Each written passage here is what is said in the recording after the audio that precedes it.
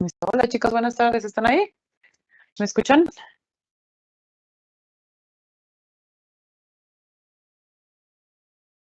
Listo, ¿cómo están? Vamos a retomar donde nos quedamos. Agregué el caso de diabetes gestacional. O sea, traigo otra de presentación, ahorita en un descansito la voy a cambiar. Si no llegamos, nos estresen, se los dejo para que lo puedan revisar como con calma, ¿vale? Entonces vamos a empezar. Si va habiendo dudas, pues ya saben, vamos a irlas anotando, ¿vale? Entonces, paciente de 32 años que acude por tumor mamario detectado en la autoexploración. Corrobora usted en la exploración física, mama izquierda con nódulo de 5 por 4 centímetros en cuadrante superior externo, ligeramente doloroso, firme, no se cruzan por el pezón y no hay cambios en la coloración de la piel. ¿Cuál es el estudio de elección en esta paciente?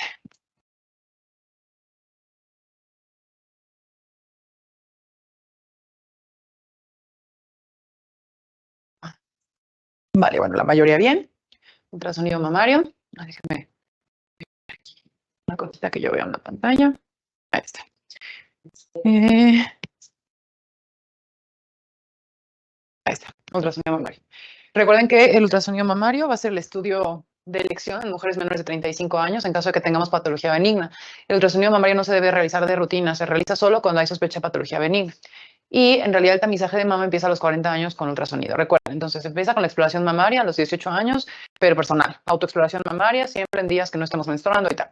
Después, el estudio de tamizaje que se recomienda en países en México es la mastografía a partir de los 40 años. Eso dice el consenso de Colima, eso dice la guía de práctica clínica.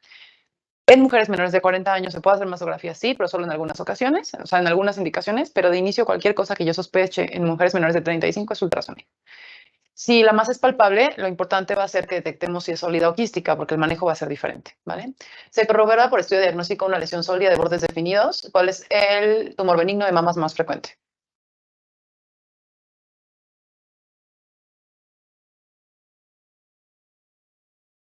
Muy bien, la mayoría fibroadenoma. Por ahí hubo quien respondió cambios quísticos. Acuérdense que los cambios fibroquísticos es como toda la mama llena de pequeños quistes. Entonces, cuando tú tienes un nódulo que puedes delimitar, que incluso lo puedes palpar, no es mastopatía. O sea, ahí sí es o un quiste o un fibroadenoma. Claro que hay ectasias y hay muchas cosas, pero lo más frecuente es que se trate de un fibroadenoma o un quiste. La conducta apropiada en este caso, ¿cuál es? ¿Lo vigilo, lo biopsio, lo aspiro, lo quito? ¿Qué opinan?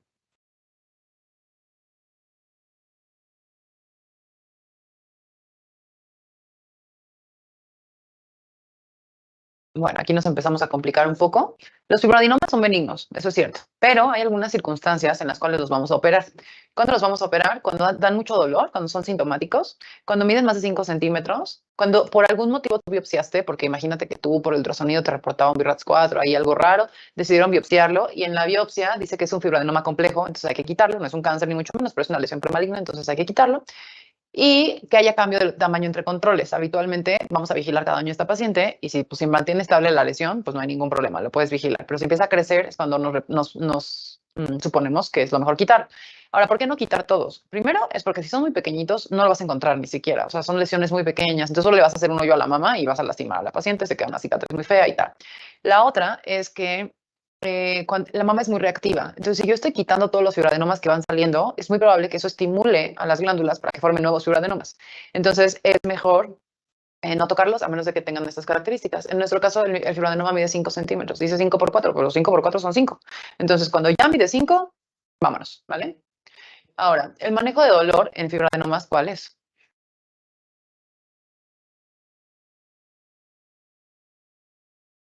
La guía práctica clínica no nos dice algún AINE en específico o así, pero sí nos dice un comentario respecto a la vía de administración.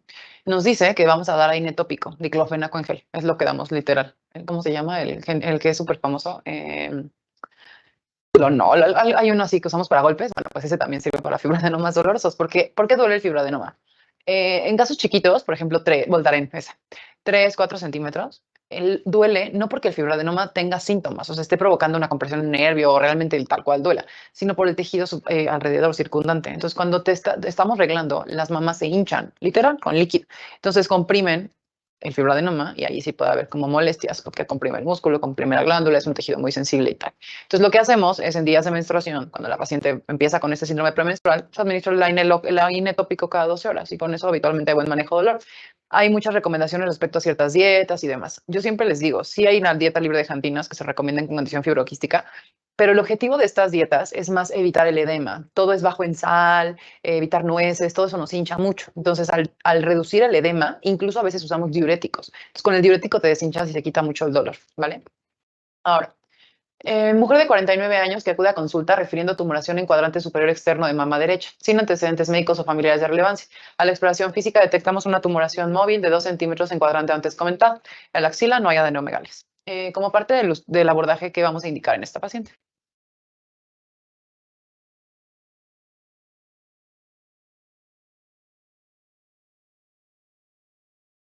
Mastografía, muy bien, la mayoría. Aquí nada más es para acordarnos, ¿eh? Ustedes ya tienen que tener esta información. ¿A partir de qué edad la mujer mexicana debe realizarse mastografías?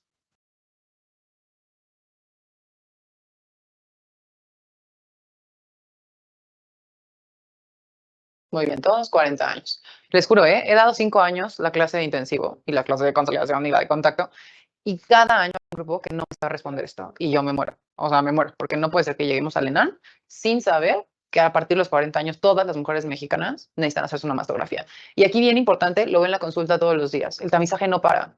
O sea, no hay una edad en la que el consenso de Colima nos diga, deja de hacer mastografías. Toda la vida a partir de los 40 años. Y yo afortunadamente todavía no tengo 40 años y tampoco me la quiero hacer, pero no nos va a quedar de otra.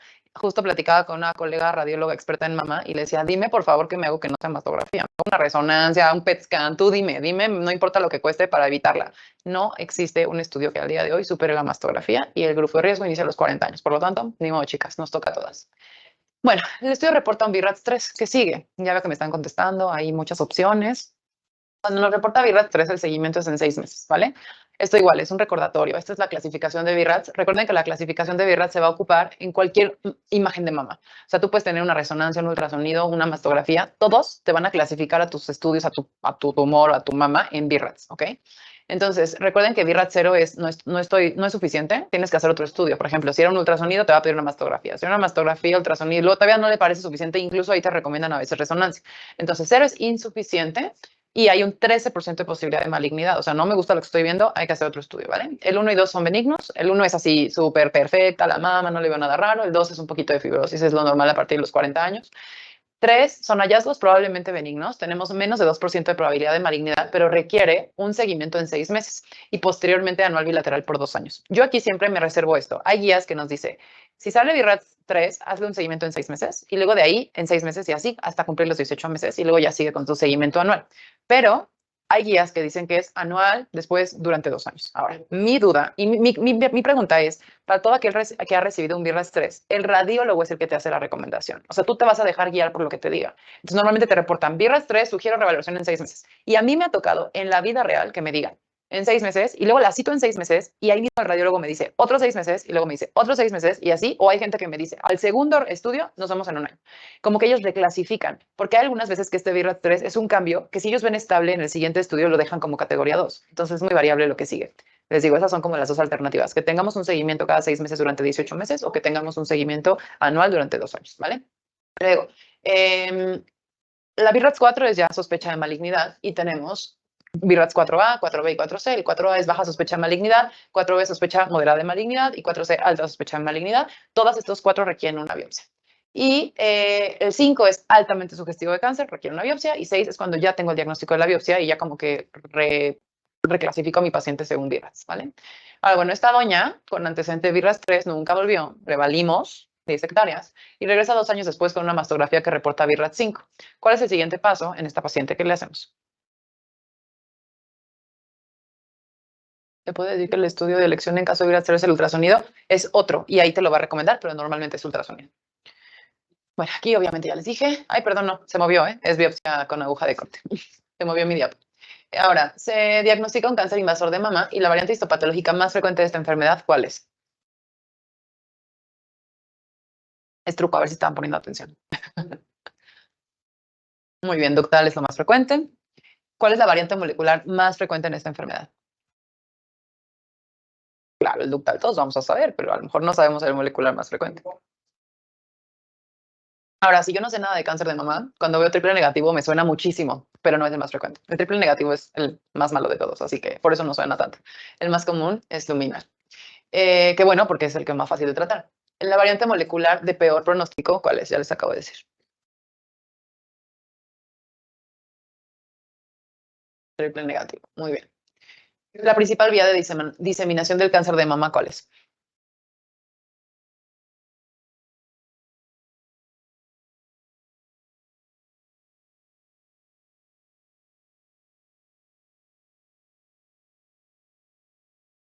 Bien, linfático la mayoría. Bueno, el repaso que vamos a tener, recuerden que todas las decisiones que se toman respecto a cáncer de mama en México se van a validar a través del consenso mexicano de diagnóstico y tratamiento de cáncer de mama. Este consenso normalmente se hace en Colima, literal la ciudad de Colima, entonces le llamamos el consenso de Colima. La última actualización fue en 2021.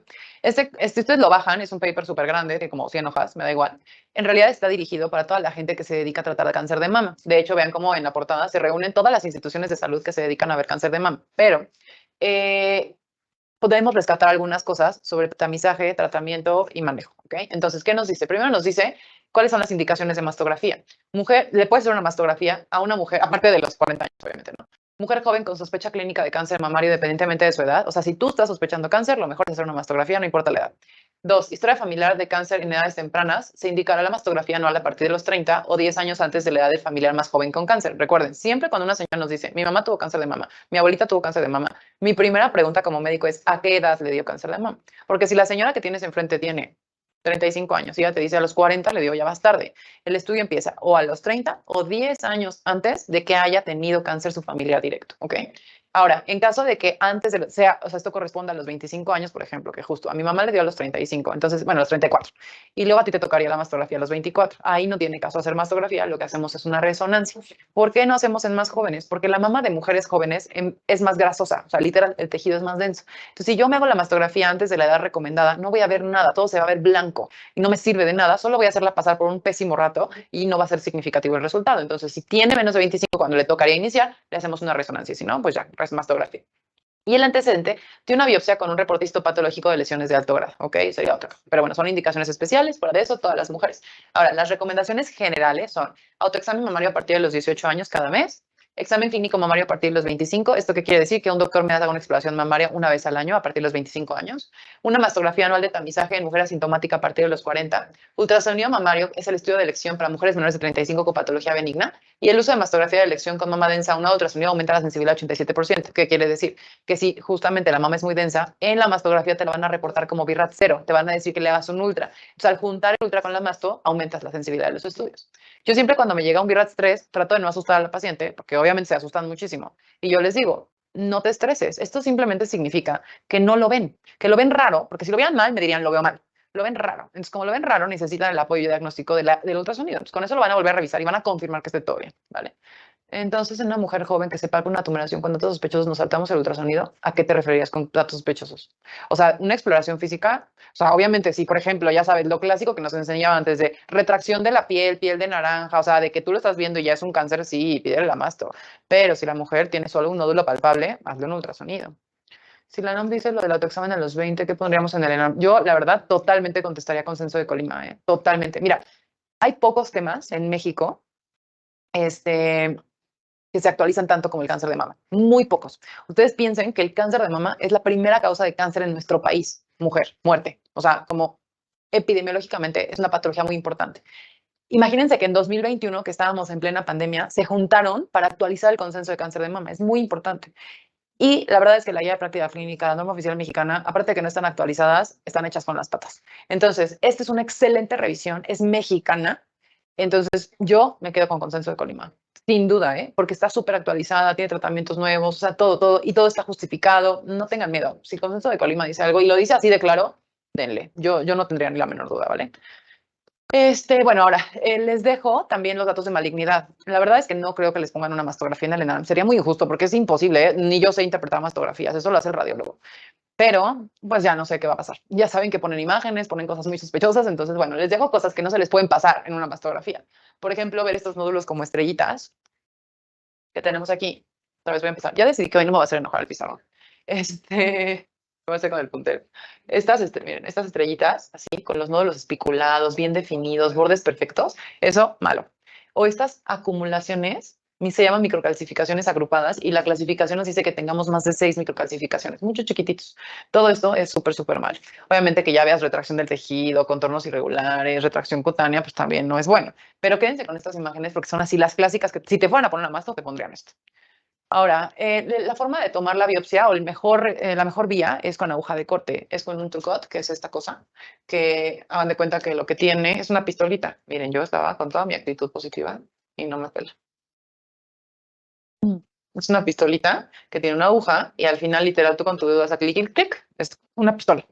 Y sale la aguja y corta el cachito. Siempre lo hacemos guiado por ultrasonido. Es muy raro que tengamos, solo cuando son como muy profundos, sí tenemos que hacer como marcaje con arpón, pero así normalmente se puede biopsiar sin ningún problema, ¿no? Recuerden que la única indicación para biopsia con aguja fina, o sea, de que literal meter una aguja en la mama, es cuando vemos un quiste por ultrasonido, porque esos quistes pues, tienen agua adentro. Entonces yo le meto la pistola y no voy a sacar nada. Entonces la única indicación para meter la aguja, hacia aguja de una jeringa común y corriente de 10 mililitros, es ver un quiste por ultrasonido. La aguja de corte es el método ideal. Una vez que hacemos la biopsia, nosotros tenemos pues, dos posibles resultados, tumores no invasores e invasores. Los no invasores son los carcinomas intraductales in situ o lobulillares in situ y los invasores ductal infiltrante, que es el más frecuente. El ductal infiltrante está en el 80% de los casos y el lobulillar infiltrante el 10% de los casos. Ahora, a ver, antes de explicar eso, veo algunas preguntas. Aunque tenga menos de 35, pero si la paciente con factores de riesgo como antecedentes familiares realiza mastografía, o sea, sí, quiero entenderte. Me imagino que me preguntas, oye, yo tengo 34 años. Entonces me vas a interrogar y te cuento que mi mamá a los 40 años le diagnosticaron cáncer de mama. Entonces yo ya me gané mi estudio porque ya pasaron, o sea, tengo menos de 10 años de diferencia. Si tengo más de 25 años, me toca mastografía, ¿vale? Con ese factor de riesgo tan puntual, familiares directos en línea materna con cáncer de mama diagnosticado, tengo que hacer mastografía 10 años antes de que hayan hecho diagnóstico en este familiar y si tengo menos de 25 es resonancia magnética, ¿vale? Entonces, bueno, una vez que tomamos una muestra del tumor, aparte de que vamos a hacer un estudio histopatológico común y corriente como el que ustedes conocen, que se va al patólogo, que la ponen en parafina y ven los cortes, también vamos a hacer un estudio de marcadores moleculares. Esto nos sirve para dar tratamiento al tumor. Entonces, voy a buscarle receptores de estrógeno, voy a buscarle receptores de progesterona, voy a buscarle una cosa que se llama HER2, que es un oncogen, y voy a buscarle un marcador que se llama Ki-67. Actualmente hacen muchos más, pero estos son los que tú te tienes que saber, los mínimos que te tienes que saber. Esto me da una idea de qué tan agresivo va a ser mi tumor y aparte si tengo algún tratamiento específico. Por ejemplo, si tengo receptores de estrógeno, le confiero un mejor pronóstico a la paciente porque tengo terapia hormonal, porque si el tumor come estrógeno, pues yo le bloqueo los estrógenos y ya no va a comer nada. La progesterona es exactamente lo mismo. El HER2 es un arma de doble filo, porque por un lado es un tumor más agresivo. Cuando tiene HER2 positivo se considera un tumor más rápido, más resistente a tratamiento general, de quimioterapias generales, pero contamos con un anticuerpo monoclonal para HER2, que es el trastuzumab. Entonces, aunque se vuelva un tumor más agresivo, está bien tener HER2 positivo porque le puedo dar un tratamiento. Y Ki-67 es la forma en la que medimos la proliferación celular del tumor. Entre más alto sea el porcentaje de Ki-67, es un tumor de mayor metabolismo. Entonces, ya teniendo esto en cuenta, yo voy a clasificar, voy a hacer esta clasificación molecular de mi tumor. Justo la última actualización, les digo, esto lo tienen súper, súper actualizado.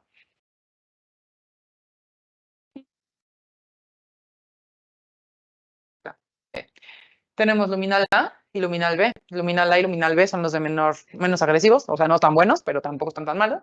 Y fíjense la diferencia. En el luminal A tengo receptores estrogénicos positivos, progesterona más del 20%, un Ki-67 menos del 20%, grado celular, esto es el grado de diferenciación celular que ve el patólogo, 1 y 2, está bien, entre más chicos el número es mejor, y no tengo HER2. En el luminal B tengo o HER2 negativo o HER2 positivo, con receptores de estrógeno positivo, HER2 negativo, progesterona menos del 20%, Ki-67 más del 20%, pero con un grado de diferenciación 3. El HER2B, también les digo, tengo luminal B, HER2 positivo y luminal B, HER2 negativo. En el HER2 positivo, pues tengo receptores estrogénicos positivos, HER2 positivo, receptores de progesterona y Ki-67 en cualquier valor. Entonces aquí lo que tengo que hacer es darle trastuzumab, porque como tengo esto positivo, tengo un tratamiento específico contra eso. Y otra categoría que es HER2 negativo, donde no tengo HER2, ni tengo receptores de progesterona, no es cierto, perdón, HER2 positivo, pero no tengo receptores de estrógeno y receptores de progesterona. Y el famoso triple negativo, que este es el famoso cáncer hereditario, ya saben de que tengo portadoras de BRCA1 y 2 y tal, usualmente hacen triples negativos, donde no tengo nada, ni progesterona, ni estrógenos, ni HER2. Entonces, ¿qué me queda? Rezar un chorro, porque no tengo cómo atacar. Eh, una vez que ya hacemos diagnóstico, ya tenemos como su tipo molecular, tenemos su tamaño, tenemos el estudio histopatológico, tenemos que entrar a quirófano. Entonces, en quirófano me voy a dar cuenta de qué tan chico o grande es mi tumor. los tumores pequeños, no me quiero meter en números, cuando vimos clase de cáncer de mama, en su manual está toda la clasificación de cáncer de mama, no me quiero meter en temas. Tumores pequeñitos que no tengan ganglios, puedo dar manejo conservador. ¿Qué significa manejo conservador? Que puedo no quitar toda la mama. Entonces, puedo hacer cuadrantectomía, obviamente quitamos ganglios, por supuesto que hacemos radioterapia, y, o sea, somos agresivos en todos los sentidos, pero podemos dejar la mama. Una vez que el tumor ya tiene cualquier tipo de afectación ganglionar o está arriba de los 3 centímetros, o sea, el primario es de más de 3 centímetros. En axila positiva y más 3 centímetros, ahí ya se ganó esa mastectomía. Sería yo lo que me acordaría, lo que me aprendería de esta tabla. Que estos son los criterios ya de tratamiento radical. Siempre, siempre, sin importar que sean tratamientos conservadores o radicales, voy a dar quimioterapia y radioterapia. Y voy a buscar, ¿con qué doy quimioterapia? Con antraciclinas y taxanos. Entonces, estos son como los dos medicamentos que utilizamos y siempre buscamos si podemos dar ayudancia de cualquier tipo. La ayudancia va en función de los receptores hormonales, del trastuzumab y estas cosas. Entonces, en pacientes que son premenopáusicas, es decir, jóvenes, menos de 50 años, y que tienen los receptores estrogénicos positivos, quiero bloquear los estrógenos, porque si la señora sigue produciendo estrógenos, ese tumor va a volver a crecer o a su alrededor va a seguir creciendo. Entonces, ¿qué hago? Pues le doy algún bloqueador hormonal. El tamoxifeno es un bloqueador selectivo de estrógeno, pero en algunas situaciones no está contraindicado el tamoxifeno porque se ha relacionado con hiperplasia de endometrio. Entonces, eso ya sería como ver si la paciente es candidata o no es candidata. Pero si este está contraindicado, la otra que yo puedo hacer es quitarle los ovarios, que pues le quito los ovarios y ya no va a tener estrógenos, ¿no? La verdad es que es muy eficaz, quitar los ovarios. El tamoxifeno es un rollo, es una medicina, una jeringa espantosa, tienen que ir cada mes para aplicárselo, o sea, fatal. Entonces, la gran mayoría prefieren operarse. Y en pacientes posmenopáusicas, o sea, ya más de 50 años, el ovario no está funcionando y tal, ya no tiene caso quitarle los ovarios, pero tienen receptores estrogénicos positivos, sí le tenemos que dar inhibidores de la aromatasa. Ahorita vamos a hablar un poquito de ciclo ovárico y quiero pensar que ustedes ya saben para qué sirve la aromatasa, pero si no, la aromatasa es la hormona, bueno, una enzima que se encarga de transformar andrógenos en estrógenos. Recuerden que en las mujeres posmenopáusicas la grasa produce algo de estrógenos y tiene muchos andrógenos. De hecho, la hormona que predomina en la menopausia son los andrógenos, porque viene también de otros sitios, como las glándulas suprarrenales y demás. Entonces, la forma de evitar que se transformen en estrógenos es con inhibidores de la aromatasa. Entonces, si la señora ya es posmenopáusica, aparte de todo lo que le voy a dar inhibidores de la aromatasa. En México usamos letrozol. Ahora había algunas preguntas. A ver, regreso a la clasificación. ¿El menos malo es este? No, bueno, es cáncer, todos son malos. Pero el menos malo es este y el más malo es este. Hace lo que quiere. El más malo es el triple negativo, ¿vale? Ahora, ¿alguna duda? Porque ya voy a otra pregunta de otra cosa. ¿Alguna pregunta que tengan? ¿O todo claro? El trastuzumab. El trastuzumab ya no lo puse aquí. A lo mejor sí, pero se fue abajo. El trastuzumab lo damos siempre que el paciente tenga HER2 positivo y se puede dar toda la vida, el tiempo que sea necesario. De inicio empezamos con 1 año y vemos cómo está el tumor, vemos cómo están los marcadores, o sea, hacemos algunos estudios para ver cuánto tiempo. El tamoxifeno aquí ponen 5 años porque pues, es normalmente el tiempo en lo que va a llegar la paciente a la menopausia. Recuerda que esto estamos pensando que se presenta entre los 40 y los 50 años. Estamos hablando de premenopáusicas. Entonces, imagínate que tu paciente tuvo cáncer a los 44 años, le quitaste lo que le tenías que quitar y entonces le vas a dar 5 años hasta que llegue a su menopausia.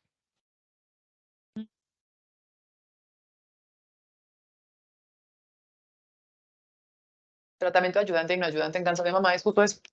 Sí, en México usamos mucho letrozol. Anastrozol también hay, pero la verdad es que el letrozol es comercial, o sea, lo puedes encontrar en cualquier lado. Justo a esto me refiero con tratamientos ayudantes. Es justo esto, ¿vale? Entonces, esto hay que revisarlo. No tiene mucho chiste, nada más es estudiar pues, cómo salió tu tumor y luego cómo vas a bloquearlo, ¿vale?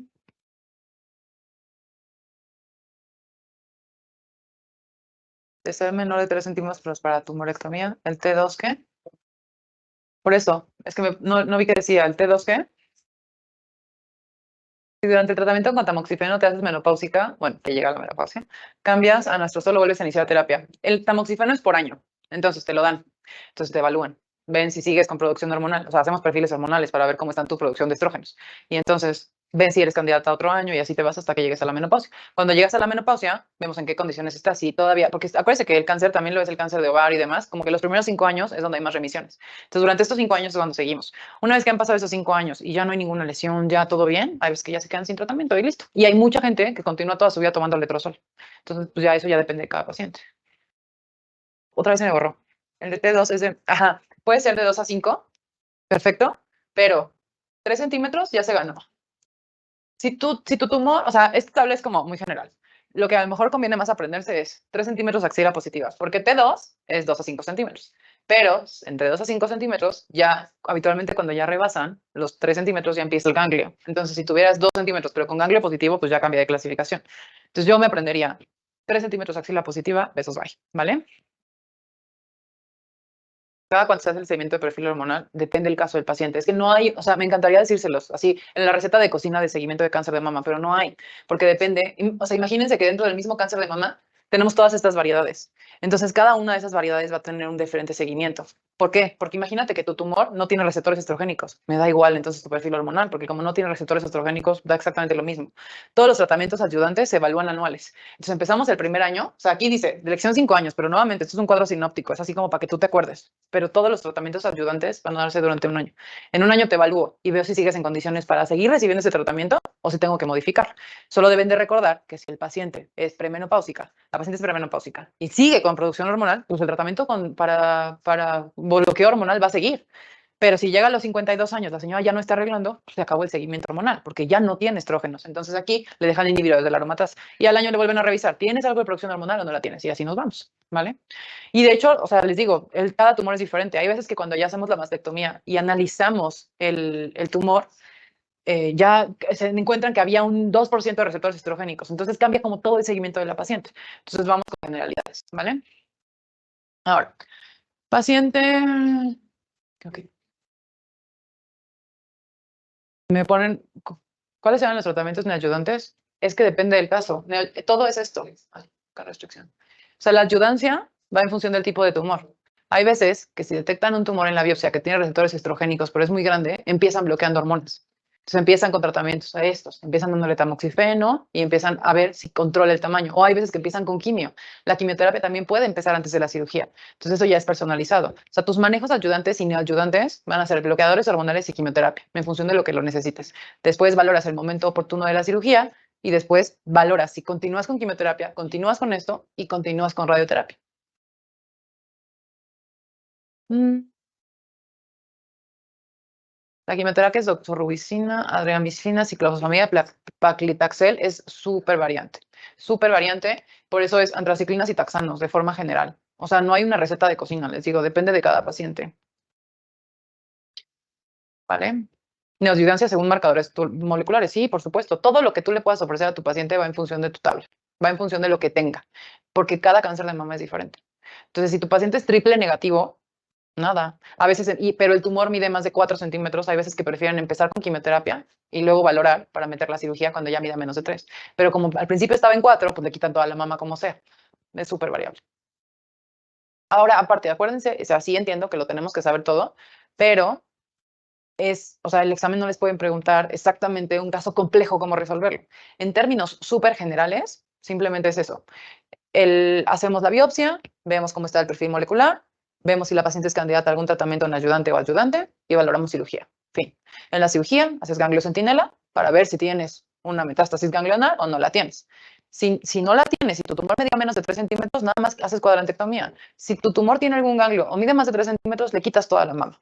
Y después, con el estudio histopatológico definitivo, te replanteas la ayudancia. Entonces, si, oye, siempre sí tuvo HER2, siempre sí tuvo estrógenos, tal, pues le ajustas el tratamiento ayudante, que puede ser el trastuzumab, puede ser el tamoxifeno, puede ser quitarle los ovarios o en pacientes posmenopáusicas el letrozol. Yo me lo aprendería así, no más, no se hagan más pelotas. Sigamos. Vale, paciente de 34 años, gesta 3 para 2, con embarazo 34 semanas por FUM, diabetes se encontró con metformina. Sin control prenatal, no toma suplementos, no sabe peso pregestacional.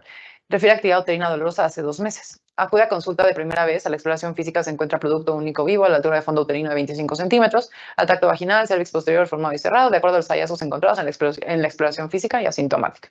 ¿Cuál es tu sospecha diagnóstica?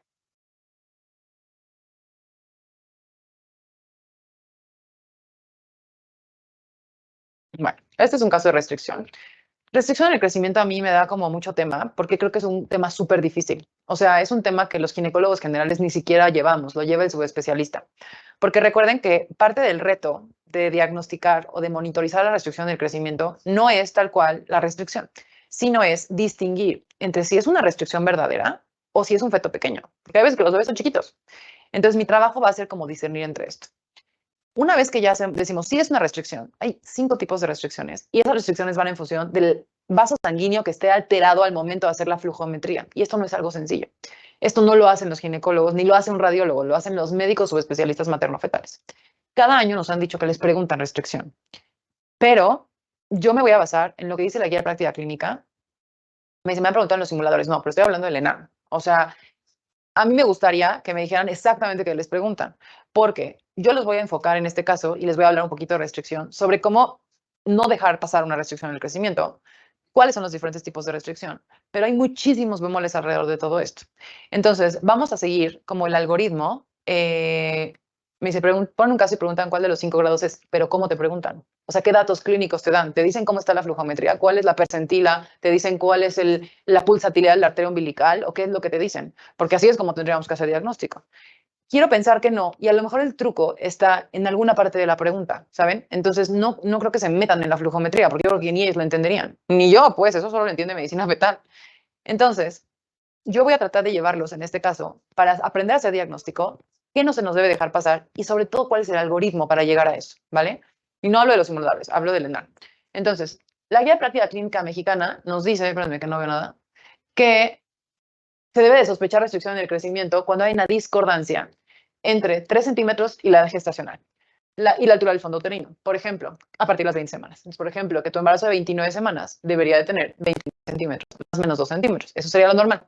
Entonces, que si tú tienes un fondo de 25, ya no te cuadra. Por ejemplo, aquí en nuestro caso, tengo una FUM para 34 semanas, pero tengo un fondo de 25. Entonces, así de importante tiene que ser la discordancia en un enano. O sea, así de grande. O sea, ustedes no dejen pasar eso, porque a lo mejor te pintan otra historia de la preeclampsia o alguna historia y se te va el fondo uterino. Entonces, recuerden que después de la semana 20 debe ser lo mismo. 29 semanas, 29 centímetros. Más, menos 2 centímetros es la variación normal. Ahora, en este caso, pues ya sospecho eso, o sea, veo eso y yo tengo que sospechar restricción del crecimiento. ¿Cuál es el factor de riesgo? Siempre las restricciones, sobre todo para un examen, tiene que haber algo. Tiene que haber preeclampsia, tiene que haber diabetes, tiene que haber obesidad, tiene que haber edad materna. Sí existe la restricción sin ningún antecedente, pero no es lo habitual. Lo habitual es que te pregunten un caso. Entonces, en este caso, ¿qué tenemos que les puede llamar la atención? Que puede provocar una restricción. Recuerden que la restricción es porque no hay oxígeno suficiente que llega al bebé. ¿Y por qué no llega oxígeno? Porque la placenta no sirve. O sea, esto no es un tema de estrés fetal, no es un tema de contracciones, no es un tema de la penaza de parto pretérmino, ni que no tomó vitaminas, ni que no fue al doctor. No, no, no. Esto es una señora que no le sirve la placenta y por lo tanto no le está llegando oxígeno a ese bebé. Entonces, bueno, en este caso, una cosa que me puede provocar es la diabetes. Si la señora tuviera 38 años, sería la edad. Si la señora tuviera preeclampsia, sería la preeclampsia. O sea, cualquier enfermedad asociada, cualquier comorbilidad. ¿Qué porcentaje de los embarazos se van a complicar con restricciones en el crecimiento? Esto es un dato así random que, pues, para que se lo aprendan. De lo que dice la guía de práctica clínica. ¿Qué se les hace?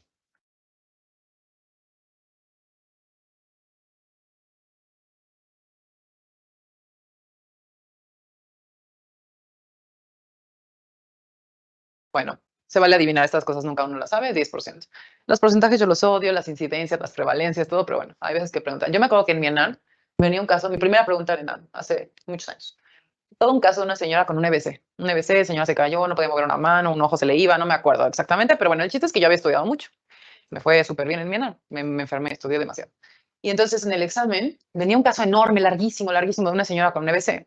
Y obviamente yo cuando estaba leyendo el caso ya decía, no, hombre, esto ya lo tengo, es la arteria cerebral, ta, ta, ta. O sea, yo sabía perfecto dónde era la lesión y cuál era el tratamiento de trombolisis. Ya lo tenía en la cabeza cuando iba a contestar las preguntas. Dije, por supuesto, todos me la pelan en este examen. Primera pregunta, ¿cuál es el principal factor de riesgo en esta paciente? Y yo dije, no te pases. Y por supuesto que hipertensión, no sé, la señora claramente era hipertensa o tenía alguna patología de base. Yo dije, no es cierto. O sea, no es cierto que yo me hice todas estas bolas en la cabeza y la pregunta fue, ¿cuál es el principal factor de riesgo? Ni siquiera sé si la tuve bien, a lo mejor ni la tuve bien. Pero muchas son así. Entonces, no dejen de leer sus casos. O sea, nunca lo olvidaré, jamás lo olvidaré. Así como olvidaré que las preguntas de Gine eran súper fáciles, súper fáciles. O sea, de verdad venían como 25 preguntas de tricomoniasis o alguna infección vaginal así bien random de que metronidazol, candidiasis, o sea, así de que del libro y que me preguntaron registro, recuerdo perfecto eso, APP, ruptura de membranas, inductores de madurez pulmonar, todo lo que les he tratado de súper decir y repetir, me lo preguntaron a mí y nunca olvidaré que me preguntaron un chorro de factores de riesgo, o sea, muchísimas cosas que yo decía, no es posible, ya por favor, que paren. Y había veces que ponían ahí 3 patologías y yo decía, no me acuerdo cuál era la que más se asociaba, oigan, fatal, esa fue mi anécdota de señora. ¿Qué estudios le solicita para apoyar? A ver, ven el caso, en este caso, ¿qué creen que nos pueda dar más información para ver si realmente se trata de una restricción en el crecimiento?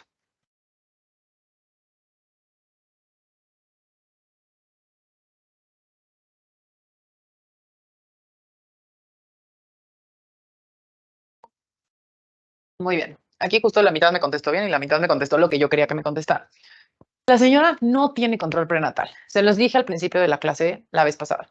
Si tu paciente no tiene una fecha de última regla confiable, o incluso aunque la tenga, el primer paso cuando estás sospechando cualquier patología fetal es confirmar la edad gestacional. Ahora, si tú en ese momento a ese bebé, que ya estamos viendo que se ve más chiquito, le hago un ultrasonido, ¿qué creen que me va a salir en ese ultrasonido? Me va a salir que está chiquito. O sea, no es como de que el fondo uterino mienta, es una medida confiable, autorizada por la guía de práctica clínica para yo estar pendiente del crecimiento fetal. Recuerden que en México el 70% de las mujeres no llevan control prenatal. Van a su centro de salud, donde su pasante, siendo en ese momento ustedes, les ve la panza, le escucha al bebé y le mide con el fondo uterino y no tiene un ultrasonido a la mano. No hay ese recurso en nuestro país. Entonces, tu confiabilidad, pues, o sea, tu certeza de edad gestacional va de la mano con tu clínica. Entonces, si mi paciente tiene un fondo uterino de 25 centímetros, si yo le hago un ultrasonido en este momento, que sí lo voy a necesitar, pero se lo hago, obviamente me va a salir que está más chiquito. Y si yo no tengo ultrasonidos previos o no tengo un control prenatal confiable, no tengo idea. A lo mejor la señora está borracha con diabetes que no tiene control prenatal, ni se acuerda de su FUM. No tiene idea. Entonces, ¿yo cómo voy a confiar en ella? Que nunca fue al doctor, que le valió su diabetes del embarazo, le valió el sobrepeso, le valió todo, pero viene y me dice que tiene 34 semanas y eso sí se lo voy a creer. ¿Qué tal que tiene 25? Entonces, mi primera actitud, y viene en la guía de práctica clínica, es pide ultrasonidos previos. Primer paso, solicitamos ultrasonidos previos para poder ver si realmente este bebé tiene 34 semanas o tiene 25. Si la señora trae un ultrasonido que le hicieron en cualquier laboratorio a las 10 semanas y dice 10 semanas y yo desde ese ultrasonido cuento al día de hoy y tiene 34, ese bebé tiene 34, sin importar lo que mida. Más bien, a lo mejor no le funciona la placenta, no está oxigenando bien y el bebé no está creciendo. ¿Qué pasa si yo sin solicitarlos y sin saber le hago un ultra directo? Se lo hago a esta señora y le voy a medir a su bebé. No, ¿sabe qué, señora? Tiene 26 semanas, no tiene 34, no se preocupe, todo está bien. Y la mando a su casa. Obviamente, eso no es correcto, porque me estoy comiendo cosas. Como dice ahí un comentario un compañero, yo me imaginé que esa paciente no tendría ultrasonidos. Si en el ENAR te están poniendo que puedes, que una opción a respuesta es solicita ultrasonidos previos, es porque la señora puede tenerlos y porque el ENAR te dice, aprende, doctor, que tienes que pedirlos. No asumas nada. No asumas nunca nada. Tú cuando tienes a la paciente enfrente, y esto es para toda la vida y para cualquier cosa, tú las ves y nosotros así somos. Somos muy juzgones como doctores. Esta no tiene dinero para pagar. Esta no está vacunada. Esta tiene 10 parejas sexuales. Siempre, siempre es así. Somos humanos, no podemos no tener un juicio. Entonces, yo lo que he aprendido con la vida y haciéndoles exámenes a ustedes y teniendo clases con alumnos es no te adelantes, pregunta, siempre pregunta. Entonces, si en el ENAM, si esta opción no existe en tu examen, pues claramente no tienes por qué imagínatela. Pero en el ENAM tienes lo que se está ofreciendo. Si te están ofreciendo solicitar ultrasonidos previos, pídeselos. ¿Qué más da? La señora no tiene ultrasonidos previos. Perfecto. Siguiente respuesta, le hago un ultrasonido. ¿Vale? Entonces, la guía nos dice siempre datar a nuestro embarazo con un ultrasonido del primer trimestre antes de la semana 13.6, porque hasta la 13.6 todos los bebés, no importa su raza, su tamaño, su etnia, lo que sea, van a medir exactamente lo mismo. Ahora, la señora sí cuenta con uno, porque obviamente no fue control prenatal, pero claro que fue a similares, donde algún doctor en algún momento le hizo un ultrasonido. Señora, felicidades, está usted embarazada. Perfecto, le valió 34 semanas. Cuenta con un ultrasonido del primer trimestre, que sí, cuando lo traspolas, corresponde a 34.3. No voy a rayar porque se va a saltar. 34.3 semanas. ¿Cuál es el siguiente estudio? O sea, sí se está quedando chico ese bebé. ¿Ahora qué hago? ¿Cuál es el siguiente paso? Tú piensa, miren, se están adelantando. Se están adelantando. Otra vez nos estamos adelantando. Una flujometría. ¿Saben cómo se hace una flujometría? Vean sus opciones. A ver, estoy parada enfrente de la paciente. No le he hecho un ultrasonido, nada. Le miro la panza chiquita, tengo un ultrasonido que confirma que tiene 34. Ay, no, pero ese bebé se está quedando. ¿Cuál es el siguiente paso? ¿Le hago un registro? Pues la señora está aquí sin contracciones, ella se siente bien. O sea, a lo mejor sí necesita una prueba de bienestar fetal, pero un registro no me urge. Ultrasonido obstétrico. Oye, ¿qué te parece si revisamos cómo está? Obviamente va a estar chiquito, pero ¿qué tan chiquito? O sea, ¿qué tanto se está quedando de peso? Porque yo le mido 25, entonces sé que va a estar chiquito, pero ¿qué tanto más? Perfil biofísico. El perfil biofísico es un ultrasonido con un registro. Es combinar estas dos cosas. Curva de crecimiento durante 2 semanas. Esta curva de crecimiento la vamos a hacer cuando no tienes ultrasonidos previos. Entonces, si la señora nos hubiera dicho, uy, no, joven, no traigo ningún ultrasonido, bueno, entonces, ¿sabes qué? Vamos a evaluarle estas 2 semanas a ver cómo crece. Entonces, te hago un ultrasonido ahorita, haces tu vida y regresas en 2 semanas. En 2 semanas lo vuelvo a medir. Si este bebé realmente tiene restricción, 2 semanas lo voy a ver igual o muerto. O sea, no va a avanzar. Pero si sí no tiene nada y realmente está chiquito, pues lo voy a ver que en 2 semanas me va a dar para 36, ¿vale? Ahora, y flujometría. La flujometría es la forma de hacer diagnóstico de restricción, pero el primer paso va a ser hacer un ultrasonido. La medición del fondo uterino es la primera, la forma de hacer diagnóstico para la sospecha. No es la forma de hacer diagnóstico, es la forma de sospechar. El algoritmo diagnóstico inicia con un percentil de crecimiento de 10% en el peso fetal estimado por ultrasonido obstétrico, ¿vale? Miren, la guía dice, cuando yo le hago un ultrasonido a la señora, ante un hallazgo de un peso fetal estimado o circunferencia abdominal igual o menor al percentil 10 para la edad gestacional de acuerdo a los rangos de referencia, se deberá considerar que existe un feto pequeño para la edad gestacional. Este bebé está chiquito. Y que será necesario hacer otros estudios para ver si este bebé está chiquito o si este bebé está restringido, ¿ok? Porque tú no te puedes adelantar en el diagnóstico, no puedes asumir nada. Entonces, cuando tengo la sospecha del fondo, primero hago ultra y después veo si realmente está con una percentila menor a 10. Eso me lo dice la tabla del ultrasonido. Tú no tienes que meter ningún dato ni te tienes que aprender ningún número, solo es percentila abajo de 10 y ya valora, ¿vale? Ahora, el estudio reporta, o sea, le haces un ultra. El estudio reporta feto con edad gestacional de 31 semanas por fetometría promedio y peso fetal en percentila 3. El resto de los parámetros están normales. ¿Cuál es tu diagnóstico?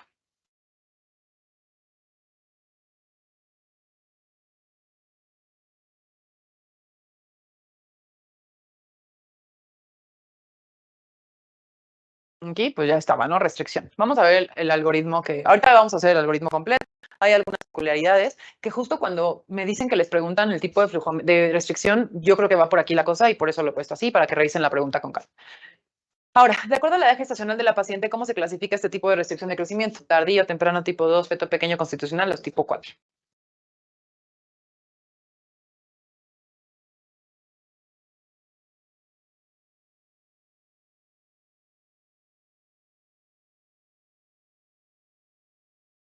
Es una restricción tardía. Según la Guía de Práctica Clínica Mexicana, la restricción del crecimiento se clasifica en temprana antes de las 32 semanas o tardía después de las 32. Esto sí apréndanselo, porque si algo les preguntan, les pueden preguntar esto. En función de edad gestacional, es temprana y tardía. Este tipo de restricción de crecimiento, ¿cómo la consideramos? Una restricción de crecimiento de tardía. ¿Qué les parece más grave? ¿Que te pase cuando estás chiquito o que te pase cuando estás grande?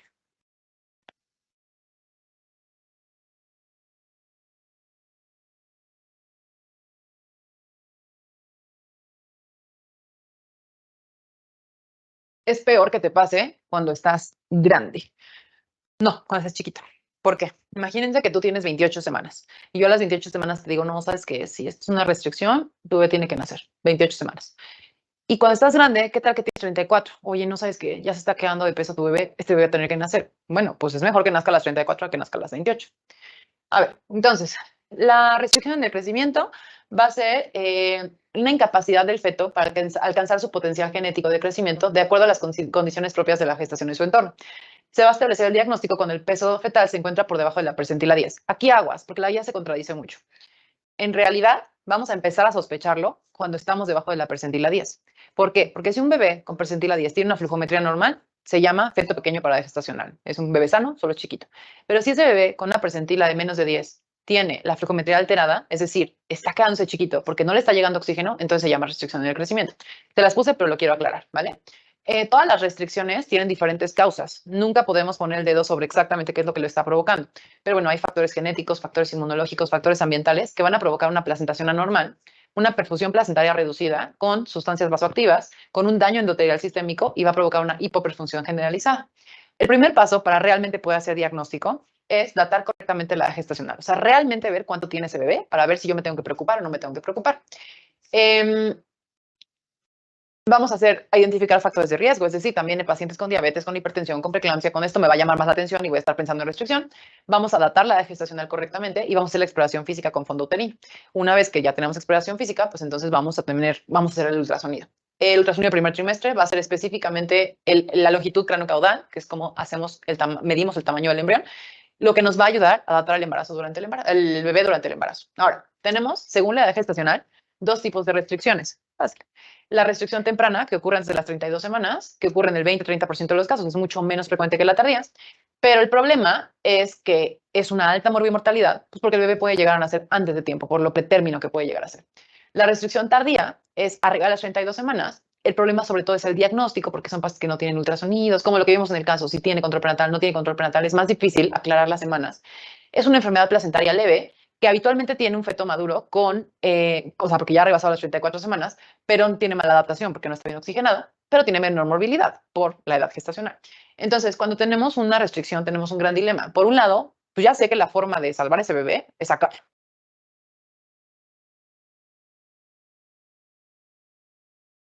placenta que no lo está alimentando, pero pues voy a dar prematurez, entonces lo voy a exponer a los riesgos de la prematurez. La otra opción que tengo es dejarlo ahí adentro, pero pues con la intención de salvar semanas, de ganar semanas, pero pues puedo tener un óbito, una complicación neurológica gravísima, porque pues si el bebé no está oxigenando, pues no le va a llegar el corazón al cerebro a ningún lado. Entonces el bebé, aparte de que puede morirse, si no se muere es peor, porque resulta que tiene un retraso psicomotor, una parálisis cerebral y demás situaciones, ¿vale?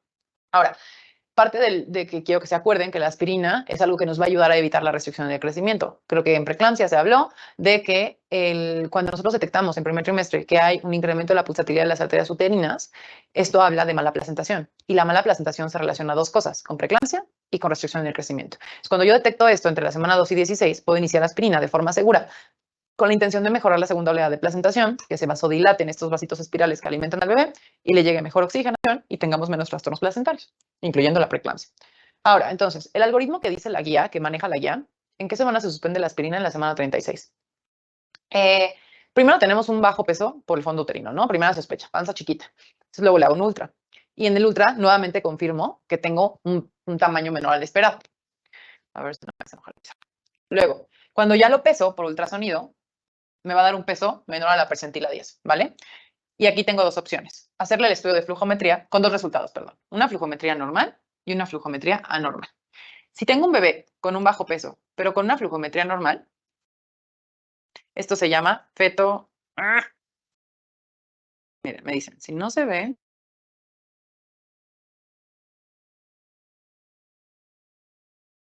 si realmente sigue creciendo o no sigue creciendo, y podemos intentar la resolución por parto o cesárea, lo que toque, en la semana 37. ¿Qué pasa si ese bebé con un bajo peso tiene una flujometría anormal? Si tiene una flujometría anormal, ya se llama restricción en el crecimiento. Mira, vamos a ver esto. ¿Y qué tengo que hacer? Vigilancia y resolución en función del tipo de restricción que yo tenga. Entonces, esto para mí sería como la base para hacer diagnóstico de restricción. Peso menor a 10, flujometría normal o anormal. Ahora, hay un punto aquí importante. Aquí les puse la tabla, según la guía de práctica clínica mexicana, de todos los tipos de restricciones que hay. Pero quiero como enfatizar algunas cosas. Dice, primero, la restricción tipo 0 le llama... ¿eh? Es imposible.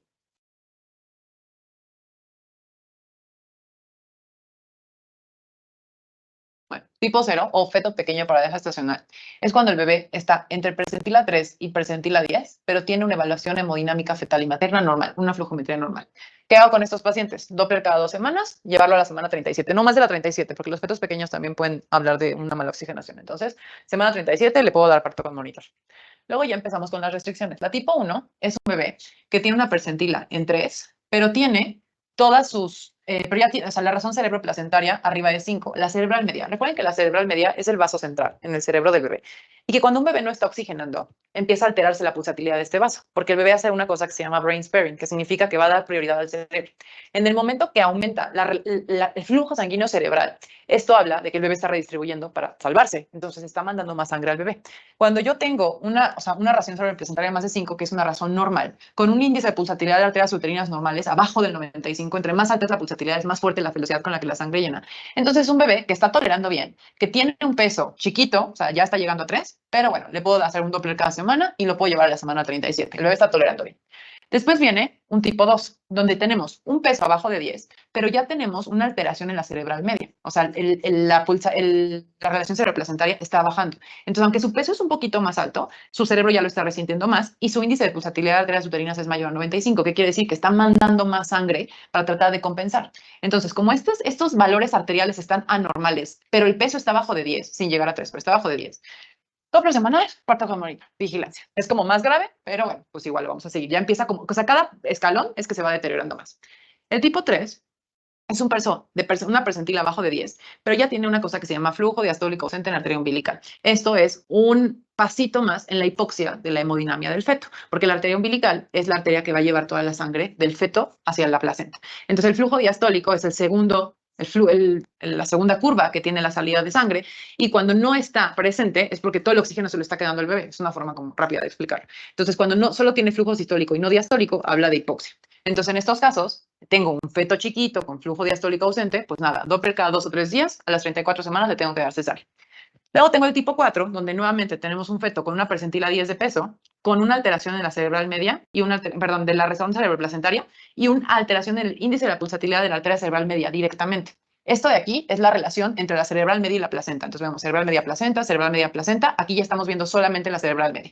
Cuando ya tiene afectada la cerebral media, ya voy a tener nuevamente que interrumpir a la semana 34. Pero si tiene estos criterios de flujo diastólico presente, flujo diastólico reverso, que son otros datos de hipoxia, ya voy a valorar si lo interrumpo en la semana 32 o en la semana 34. Y en el tipo 5 ya es mucho más grave. Yo creo que si les preguntan realmente esta tabla, lo que les van a preguntar es un tipo 5, porque es un bebé que ya tiene clínica de restricción. ¿Qué tiene? Primero, un peso bajo, ¿no?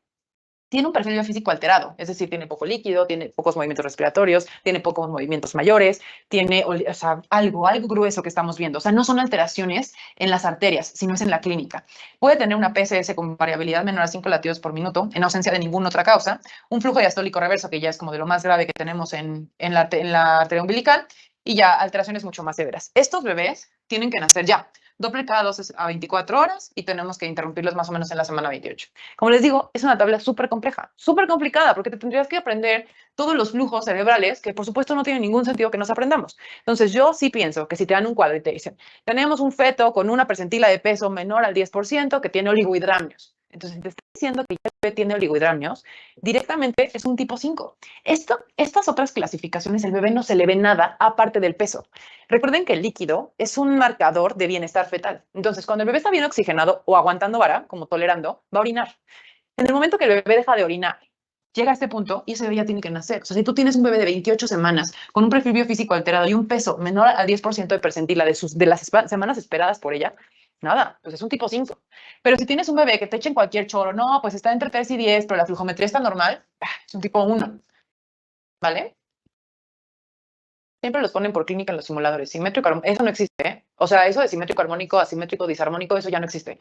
Y debo decirles que ha sido un tema que se ha comentado con el manual. O sea, eso sí, yo lo voy a decir porque hemos dicho muchísimas veces que el crecimiento armónico y disarmónico ya no existen.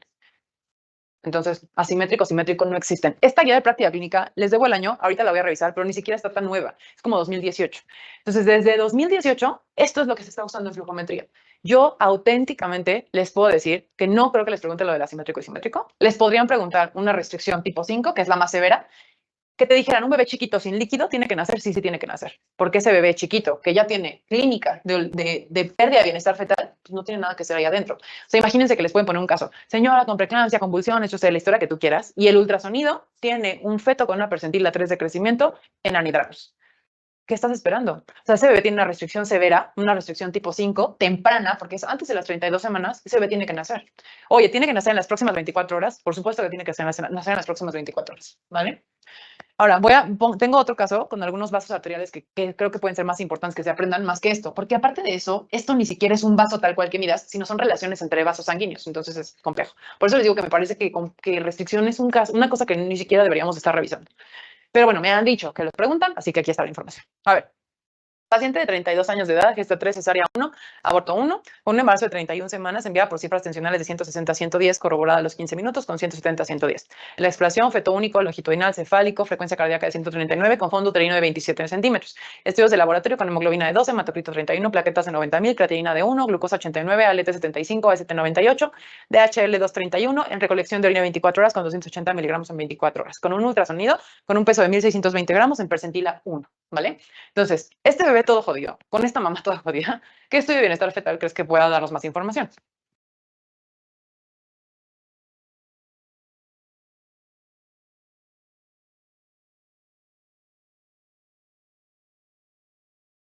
Esta paciente necesita una flujometría. Me ponen emergencia hipertensiva. Chavos, no estamos hablando de la hipertensión. La pregunta dice, ¿qué estudio de bienestar fetal anteparto escoge para valorar el feto? Pues la flujometría.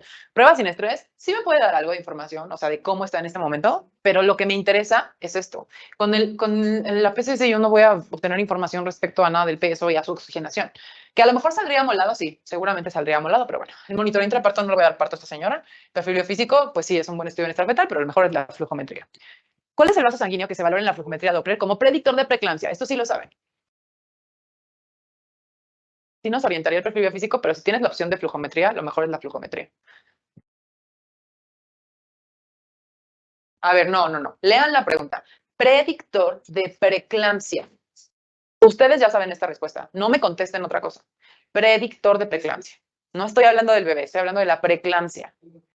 Y si no, nos tenemos que regresar 10 preguntas, chavos? Porque no puede ser que ahorita ya 5 10, después de 6 horas de clase, 5 horas de clase, no me sepan decir predictor de preeclampsia. Lo acabo de decir. Arterias uterinas. La arteria umbilical no es un predictor de preeclampsia, es un predictor de hipoxia. La arteria cerebral media no es un predictor de preeclampsia, es un predictor de hipoxia. La vena umbilical también es un predictor de hipoxia. Lo único que nos predice preeclampsia es la arteria uterina. ¿Por qué? Porque son los vasos que nutren al útero y que cuando la placenta no se implanta bien en la semana 10 de embarazo, 12 de embarazo, va a aumentar la velocidad de la sangre en las arterias uterinas. ¿Por qué? Porque está dura la placenta, entonces no logra llegar la sangre a la placenta. Lo normal que pasa, y esto sí necesito que lo tengan súper claro, es que hay dos oleadas de placentación. La primera, semana 6, 7, 8. La segunda, semana 12, 13, 14. ¿Ok? Entonces, bueno, hasta la 18. Primera oleada, llega la placenta, llega el embrión, el cincito trofoblasto, se mete en el parénquima, en el músculo, en el endometrio. Y lo que va a hacer es empezar a formar lagunas vasculares, va a empezar a romper todo el tejido conectivo que encuentre y hace lagunas para que le llegue sangre. Y luego va a empezar a remodelar todos los vasos espirales que se encuentran en el útero. ¿Para qué? Los va a empezar a hacer más anchos para que manden más sangre, porque este bebé necesita comer. Entonces, si esto no pasa correctamente y no se dilatan estos vasos en el parénquima del miometrio, entonces cuando llegue la sangre de la uterina normalita que va a ir a irrigar al útero, pues se va a encontrar con un obstáculo, porque sí hay una mayor demanda. O sea, el útero necesita más sangre. Entonces, como pide más, le mandamos más, pero no logra entrar al útero. Ese incremento en la fuerza de la sangre que llega a las uterinas es predictor de preeclampsia, porque de lo que me está hablando es un trastorno placentario. Hay dos trastornos placentarios, lo repito, preeclampsia y restricción del crecimiento. Entonces, tanto predictor de preeclampsia, como si les preguntaran cuál es el vaso sanguíneo predictor de restricción del crecimiento, es totalmente válido que se los pregunten y son arterias uterinas, ¿ok?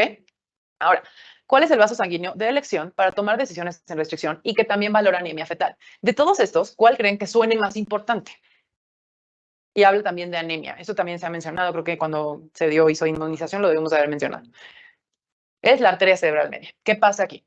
Nuevamente, el bebé, cuando deja de recibir oxígeno, por anemia incluso, porque tiene una inmunización por RH, o por hipoxia, o por restricción, o por la historia, o por una hemorragia, por lo que tú quieras, el bebé siente que se le baja el nivel de oxígeno. Entonces tiene que proteger a sus órganos más importantes. ¿Cuáles son sus órganos más importantes? El cerebro y el corazón. Entonces, los vasos cerebrales empiezan a dilatar para jalar la mayor cantidad de oxígeno.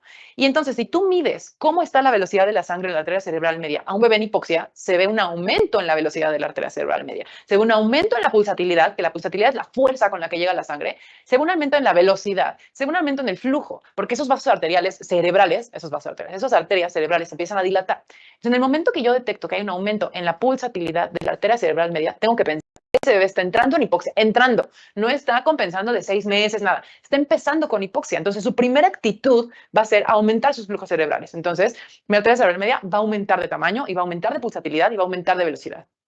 Ahora, ¿cuál es el vaso sanguíneo que refleja la función del ventrículo izquierdo? ¿Qué vaso de este que están viendo aquí llega al corazón? Bueno, no al corazón, sí, a las cavas, podríamos decir. ¿Cuál les suena? O sea, la arteria cerebral media, pues nada tiene que ver con el ventrículo izquierdo, ¿no? Entonces, esto lo podemos olvidar. Las uterinas, pues por supuesto que tampoco, ¿no? O sea, nada tienen que ver con el ventrículo. El vaso que llega al ventrículo izquierdo es el ductus venoso.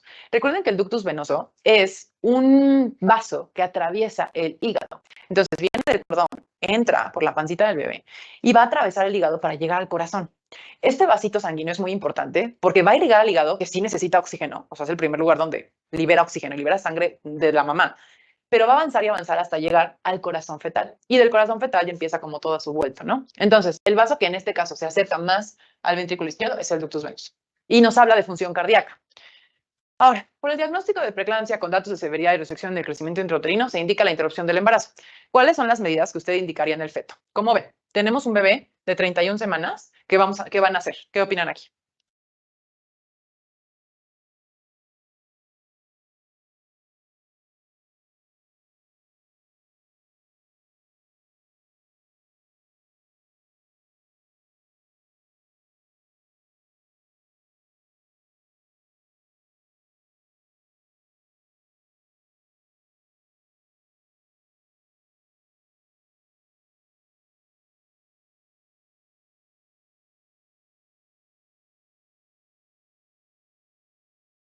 neuroprotección con sulfato de magnesio, inductores de madurez pulmonar con betametazonas. Recuerden que dijimos, bebés de menos de 32 semanas que van a nacer, hay que ponerle sulfato en lo que nace. Bebés que son pretérminos menos de 36.6 semanas que van a nacer, le puedo poner esquema de inductores, sí, aunque no pueda garantizar la segunda dosis.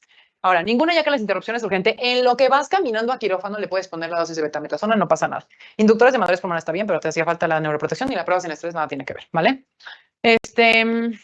Bueno, aquí solo el recordatorio del tema de la crisis hipertensiva, que bueno, aparte de esta paciente, también había que ponerle sulfato por la crisis hipertensiva. Y bueno, aquí ni siquiera nos estaban preguntando si ya lo teníamos que interrumpir ni nada, nos estaban diciendo que ya lo teníamos que interrumpir. Pero bueno, en este caso recuerden que dijimos que una paciente con preeclampsia y podemos llevarla a la semana 34 si eso es lo que queremos, ¿no? Ya depende del caso. Pero bueno, aquí no nos preguntaban eso, solo nos decían que ya le iban a interrumpir. No se les olvide, primera causa de mortalidad en México, hemorragia obstétrica, segunda causa, hipertensión. Bueno, les puse un poco los criterios, no me quiero perder porque si no, no voy a acabar. Bueno, vamos a dar un descanso. Les digo, me interesa que doctora, ayer con la razón. Sí, es justo lo que les acabo de decir. En este caso no nos estaban preguntando nada. Nos estaban diciendo que ya le iban a interrumpir. Ah, bueno, pues ya le van a interrumpir, es cosa de ellos. La paciente tiene 90,000 plaquetas, entonces a lo mejor va por ahí. Pero el punto aquí es que no importa. O sea, la pregunta que te hicieron era más enfocada de, ¿van a hacer? ¿Qué vas a darle al feto? Entonces ya no importa. Sí creo que vale la pena echarse a un brinquito. ¿Cuál quieres ver? ¿Esa? Echarse un brinquito a la guía práctica clínica de restricción. Ahorita sí puedo, la debo tener. Es que no traigo la computadora, pero es muy fácil de buscar. No quiero ver el año. Les digo, nuevamente, asimétrico, simétrico dejó de utilizarse, concordancia, armónico, todo eso no existe. Actualmente el diagnóstico de restricción del crecimiento es por flujometría, por eso me parece muy complicado que se los pregunten, pero si se los preguntan es muy probable o que sea un feto que casi no tiene nada, o sea, flujo normal y que tiene menos de 10%, de percentil a 10, entonces tú vas a decir que es una restricción tipo 1 y se acabó, o te van a decir que está muy amolado. Si está muy amolado y muy pretérmino y ya con muchos síntomas, entonces tú vas a decir que ya hay que interrumpirlo y que es un tipo 5, es lo que te tienes que acordar. Recuerden los nombres de los vasos que son importantes, porque eso de las uterinas se las pueden preguntar. Eso ya es como de todos los días. Las uterinas para nosotros son muy comunes, medirlas, entonces es algo que ustedes tienen que saber. Y que no se les puede olvidar interrogar a la paciente, datar al embarazo correctamente, pedir ultrasonidos previos, medir fondo uterino y empezar a sospecharlo. Esto es una patología súper grave, los bebés se mueren. Entonces, si los médicos generales, que son quienes ven a mis pacientes en su consulta y no tienen ultrasonido y no tienen nada, no le miden la panza a la señora, no me está sirviendo nada esta clase. Es muy importante que sospechemos que existe para poderla referir, ¿vale? Vamos a tomar 15 minutos y seguimos, chavos. El sulfato de magnesio también se pone en menos de 32 semanas. Sí, pues subimos, ¿no? A menos de 32 hay que ponerlo para el bebé, pero esta señora tenía preeclampsia, entonces en ella, por la crisis hipertensiva, igual como sea, lo vas a poner. Vale, ahorita nos vemos.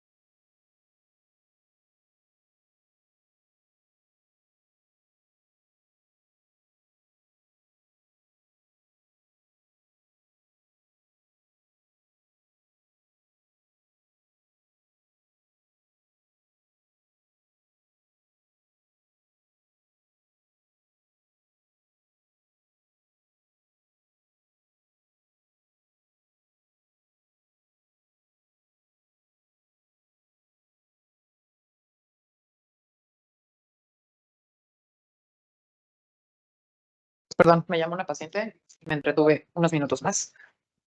Ay, se me olvidó la USB para cambiarles la presentación y el último caso, pero en el siguiente break lo hago, lo prometo. Vamos a seguir. ¿Siguen ahí?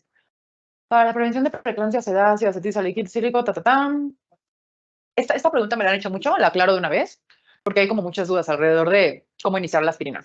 Recuerden que el objetivo de la aspirina es tratar de ayudar en la segunda oleada de placentación. ¿Cómo ayuda? Dilatando. Va a ayudar a favorecer esta segunda oleada para que los vasos se abran un poco más, implante mejor. Hay muchas cosas químicas alrededor de eso que no tiene sentido ahorita que nos metamos. O sea, ustedes quédense con que la aspirina ayuda a que la placentación sea mejor. ¿Qué pasa? Yo hago ultrasonido de primer trimestre, 11-14. En ese momento me van a dar el tamizaje y me van a decir, ¿sabes qué, doctora? Sí tiene un incremento en la pulsatilidad de las arterias uterinas. Perfecto. Esto quiere decir que los vasos están como con mucha vasoconstricción. Le tengo que dar aspirina para tratar de dilatar y ya, seguir nuestras vidas. ¿Qué pasa? Si yo lo inicio, esa es la forma de arrancarlo, termino en la semana 36, bebé nace, se acabó el problema. Pero si yo inicio esto, porque esa es una aclaración muy importante, después de la semana 16, mi segunda placentación ya arrancó. Entonces, ya no sirve para nada, primer paso. Y segundo, incrementa el riesgo de desprendimiento de placenta y de formación de hematomas. Porque como la aspirina va a intentar vasodilatar las espirales, puede desprender la placenta que ya se volvió a repegar. Entonces, se inicia entre la semana 2 y 16. Y si ya no lo iniciaste en la 16, ya no se lo des, porque incrementas riesgos. No se lo damos antes de la 12 por tema de malformaciones de cierre de pared abdominal y Y luego, si ya no lo iniciaste, ya fue, ¿ok? Por eso la duda, o sea, siempre hay como mucha duda cuando no entiendes como la fisiopatología, porque a mí me han dicho, pero es que usted dijo que de la 12 a la 16. Sí, de la 12 a la 16 se inicia. Si ya lo arrancaste, síguete hasta la 36. Pero si ya no lo arrancaste, ya no se lo des, ¿vale? Y la dosis son 150 miligramos, tableta y media. Eso decían, era la recomendación de 2014, algo así. Ahorita estamos en 150 y ya viene la guía, entonces son 150, ¿vale? ¿Dudas más de eso?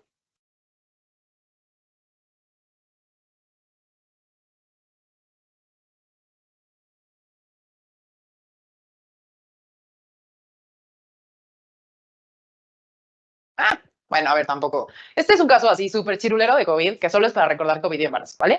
Paciente de 27 años que está en un embarazo de 20.4 semanas por FUN, que acude al servicio de urgencias por referir cuadro de 4 días de evolución, caracterizado por rinorrea, odinofagia, mialgias, altralgias y estas cosas de COVID, anosmia, etcétera. Desde el día de ayer, fiebre cuantificada en 38 grados, automedicada con paracetamol y refiere contacto hace una semana positivo con COVID, ¿vale? Ahora, vamos a hablar un poco ya metiéndonos en COVID y embarazo. Las complicaciones más graves en el COVID del embarazo se manifiestan como un cuadro similar a qué. Esto se habló mucho en pandemia, ahora ya lo tenemos más olvidado, pero bueno, por si les empezaban a decir. De clase. Hacen un cuadro que se llama preeclampsia light, un cuadro de hipertensión, algunas alteraciones con proteinuria, es una forma reactiva. Acuérdense que el embarazo tiene mucha relación con la inmunidad. Durante el embarazo nuestra inmunidad se modifica, baja. Por eso es que en el embarazo tenemos muchas infecciones. Entonces, como que se destantea el cuerpo con el COVID y el embarazo. Entonces, hacen una cosa que se llama preeclampsia light. Se vio en pandemia que la paciente llegaba con fiebre y llegaba con crisis hipertensiva y tal, y después de que se curaba el COVID se les quitaba la crisis hipertensiva. Entonces, bueno, pues empezamos a dudar si teníamos que manejarlo como una preeclampsia severa o como una preeclampsia light. Entonces, se manejó como preeclampsia light. Eso, ¿cómo definir un caso confirmado de COVID en esta paciente? Eso es más como de COVID que de embarazo.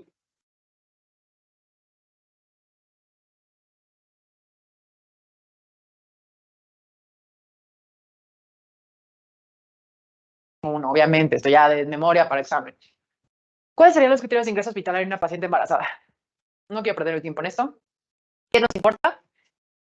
Aquí viene como los criterios de ingreso generales de COVID, obviamente en embarazadas, fiebre persistente más de 38 grados a pesar de paracetamol, radiografía con síntomas de neumonía, eso es muy lógico, gestantes que tengan comorbilidades, esto es importante. Si te pusieran un caso de COVID en una señora con hipertensión gestacional, aunque no esté grave, hay que internarla porque se puede descompensar.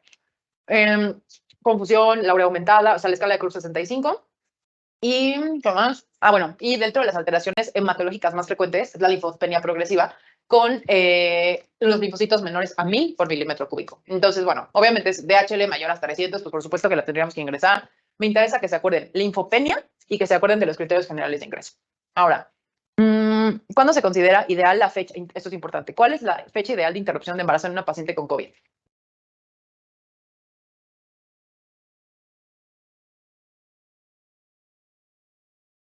¿Qué opinan? Imagínense que tienen a la paciente enfrente. O sea, paciente, así como se la estoy platicando. Sí hizo linfopenia, la ingresaste porque pues embarazada de linfopenia y tiene COVID. ¿El COVID va a ser para siempre o se le va a curar? ¿Qué opinan? Se le va a curar. Obviamente la tienes que estabilizar y tienes que ingresarla, pero si la paciente se le cura el COVID como debe de ser y todo regresa a la normalidad, no hay ninguna indicación para interrumpir antes de tiempo. Vas a interrumpirla cuando toque interrumpirla, ¿ok? Obvio, si está grave, intubada, la historia que quieras, pues ahí se va a interrumpir el embarazo. No existen embarazos con pacientes intubadas. En la pandemia, toda paciente que ameritaba intubación era cesárea intubación. Entonces hay que sacar ese bebé porque todos los medicamentos que se utilizan para la intubación son incompatibles porque así como duermen a la mamá, duermen al bebé y al bebé no lo puedes intubar. Entonces tienes que interrumpirlo cuando toque. ¿En qué trimestre del embarazo la paciente es más susceptible a una enfermedad grave? O sea, piénsenlo. ¿Qué es mejor? ¿Que tú tengas una señora de 18 semanas con COVID o que tengas una de 37 semanas con COVID? ¿Qué les parece más preocupante? ¿Cuándo se te puede disociar más? Al final, los cuadros de preeclampsia light se presentan en el tercer trimestre. Bueno, segundo y tercer trimestre, pero es más grave que te pase en el tercer trimestre. Los bebés, todo lo que te pase, o sea, así como infeccioso, traumas, tal, son graves en tercer trimestre porque pues, ya van a ser. Entonces, son muy sensibles a los cambios. Si tú tienes un COVID en la semana 37, fiebre, deshidratada, cuadro de neumonía, tal, no, o sea, al bebé le va a pegar muchísimo. Cuando son más chiquitos, aguantan un poco más, ¿vale? Vacunas de elección en mujeres embarazadas.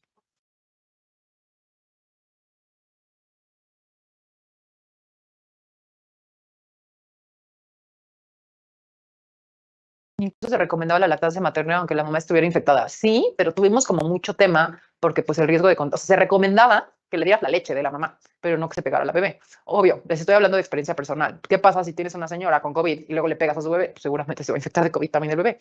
Pero si le das la leche, pues tiene anticuerpos. Entonces la leche, bien, el apego, vale. Las vacunas, Pfizer, Moderna, ¿ok? Recuerden que en México, pues somos muy maestros y no publicamos nada respecto a embarazo y COVID. Recuerden que cuando nos estaban vacunando en México nos decían que se pueden, creo que decían 12 semanas, una cosa así.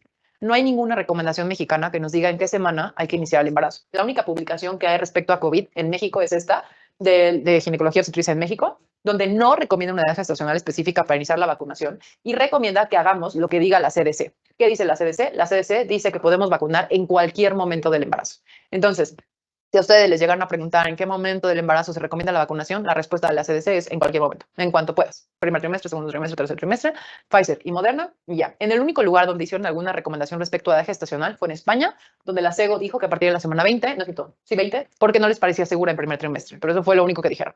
Entonces en México no hay publicaciones, sería muy injusto que se lo preguntaran, y si se los preguntan, la respuesta es en cualquier trimestre. Ahora, paciente de 25 años que acude a consulta por amenorrea de 6 meses. Refiere antecedentes ginecobstétricos, menarca a los 16, con inicio de vida sexual a los 18, desde hace un año, sin pareja, o sea, actualmente sin pareja. Se hizo un Papá Nicolau que está negativo, dismenorrea ocasional, gesta cero, ritmo irregular desde la menarca. En el protocolo de estudio resulta positivo a prueba terapéutica con progesterona. ¿Cuál es su sospecha diagnóstica? ¿Saben lo que es la prueba terapéutica con progesterona? O les hago un recordatorio de pruebas de progesterona y estrógeno. ¿Lo tenemos súper claro? A ver, acabo el caso y lo vemos. Es ovario poliquístico. ¿Qué estudio me ayudaría a confirmar el diagnóstico? ¿Cómo hago diagnóstico de ovario poliquístico?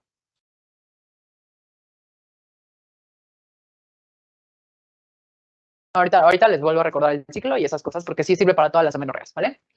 Testosterona, de todos los estudios, el único que me ayudaría sería los andrógenos, ¿ok? Recuerden, criterios diagnósticos de ovario poliquístico, oligoanovulación, paciente que no le baja, datos clínicos o bioquímicos de hiperandrogenismo, ¿esto qué significa? Tengo hirsutismo o tengo un perfil donde dice que tengo hiperandrogenismo y la guía, bueno, no la guía, no hay una guía, estoy pensando en qué paper justificar. La mayoría de los criterios dicen que si la paciente tiene más de 8 puntos en la escala de Ferry-Mangalway, eso habla de hiperandrogenismo clínico. Y si tú tienes hiperandrogenismo clínico, significa que tienes hiperandrogenismo bioquímico. Entonces, si les ponen una paciente con hirsutismo, ¿qué es hirsutismo? Vello facial, vello en la espalda, vello en el abdomen, no quiero que se aprendan la tabla. Si les llegan a preguntar el número es 8, más de 8 puntos. Pero con que te muestren que la paciente tiene hiperandrogenismo, te lo comenten, te lo mencionen, vello grueso, crecimiento rápido, en lugares que no debería de haber, las manos, los pies, la espalda, las piernas, muslos, cada interna de los muslos, pubis, etcétera, ya tú tienes que tener como palomeado el hiperandrogenismo y ovario poliquístico. Entonces recuerden, si una paciente llega, no le baja y tiene hirsutismo, ya ni siquiera tendrías que hacerle ultra. No te sirve de nada, ya tienes las dos cosas que te interesan. Pero si te dicen, no tiene hiperandrogenismo, pero tiene amenorrea y tiene ovario poliquístico, ya también tienes diagnóstico. Son 2 de 3. ¿Qué comorbilidad no está asociada a esta patología?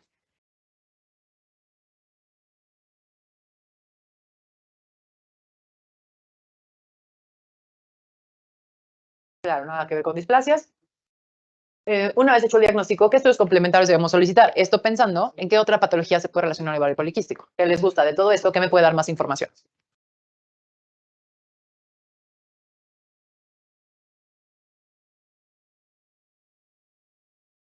O sea, ¿ustedes creen que la paciente tiene diabetes?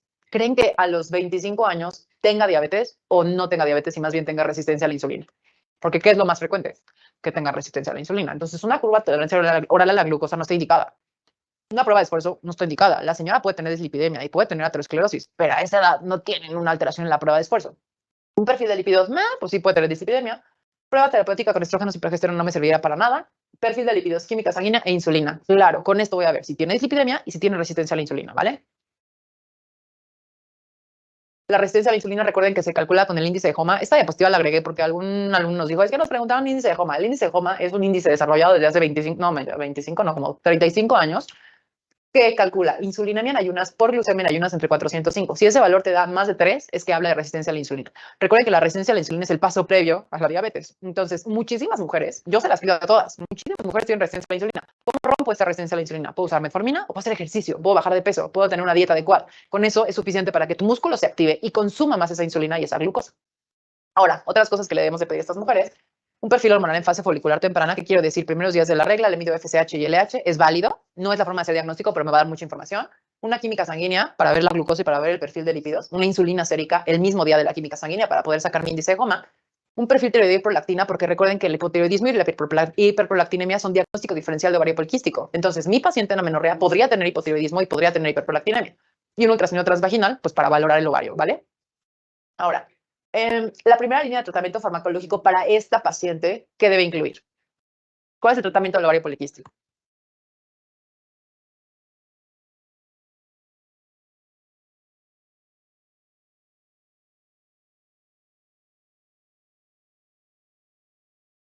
Muy bien, dos, anticonceptivo combinado.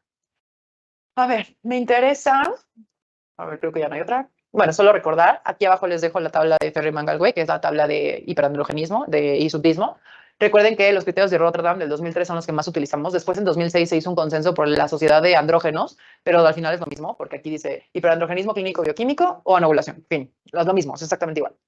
Les dejo los valores normales de los andrógenos, que la realidad es que no creo que se los pregunten, pero si se los llegan a preguntar, esos son los valores normales. Y el andrógeno más importante que vemos en ovario poliquístico es la androstenediona, que tiene que estar arriba de 2.5, arriba de 250, depende de la forma en la que lo estén bien. Si tienes elevado de hidropiandrostenediona, la sulfatada, tienes que pensar más en temas suprarrenales. Y si tienes elevada la 17 hidroxi, tienes que pensar en hiperplasia suprarrenal congénita, tardía, obviamente, porque lo ideal sería haberlo detectado cuando la niña estaba chiquita. Siempre el ovario poliquístico es un diagnóstico diferencial. En este caso, pues te lo van encaminando, pero siempre tenemos que pensar que lo último es el ovario poliquístico y que, bueno, se relaciona con muchísimas comorbilidades y patologías, como resistencia a la insulina, alteraciones en el perfil lipídico, riesgo incrementado 6 veces de cáncer de endometrio y es la primera causa de infertilidad en mujeres en edad fértil. Cuando damos tratamiento, tenemos tres formas de dar tratamiento y voy en función de por qué venga la paciente. Siempre recordar que el ovario poliquístico no es una enfermedad que se cure. Es un trastorno metabólico que le va a durar toda su etapa fértil. Entonces, yo tengo que ver por qué viene la paciente. Lo tengo que tratar de alguna forma. Hay las tres causas de consulta, es hirsutismo, es irregularidades menstruales o infertilidad. No me baja, estoy llena de vello o no me puedo embarazar. En función de eso voy a dar diferentes tratamientos. Siempre el algoritmo nos dice que todas las causas, o sea, llámese hirsutismo, irregularidades o infertilidad, tienen que empezar con una pérdida del peso entre el 5 y el 10%, y con eso va a mejorar la resistencia a la insulina, va a mejorar la ovulación y puede mejorar el hirsutismo. La guía nos dice, empieza por ahí y luego vemos. En teoría tenemos que intentar perder ese 10%, y si en ese 10% no mejora nada, entonces empieza tratamiento farmacológico. La realidad es que siempre empezamos con tratamiento farmacológico.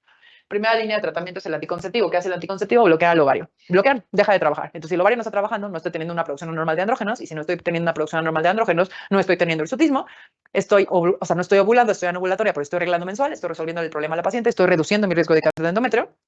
Y la metformina se considera también tratamiento de primera línea en mujeres que tengan documentada la resistencia a la insulina. La verdad es que la guía actual, hay una guía de la Asociación Europea de Fertilidad, donde dice que todas las pacientes con ovario poliquístico deben estar tomando metformina, aunque no tengan resistencia a la insulina, porque se ha descubierto que la metformina ayuda a la ovulación. En receptores del folículo los expresa mejor y entonces la paciente ovula. Pero en México no han dicho nada de eso. Entonces, en México vamos a empezar metformina únicamente si la paciente tiene un índice de HOMA de más de 3 puntos. Y en fertilidad, pues lo primero, bajar de peso. Después valoramos el uso de metformina Si con esto la paciente no se logra embarazar, empezamos con inductores de la ovulación. Los inductores de la ovulación que tenemos en México son dos, citrato de clomifeno y letrozol.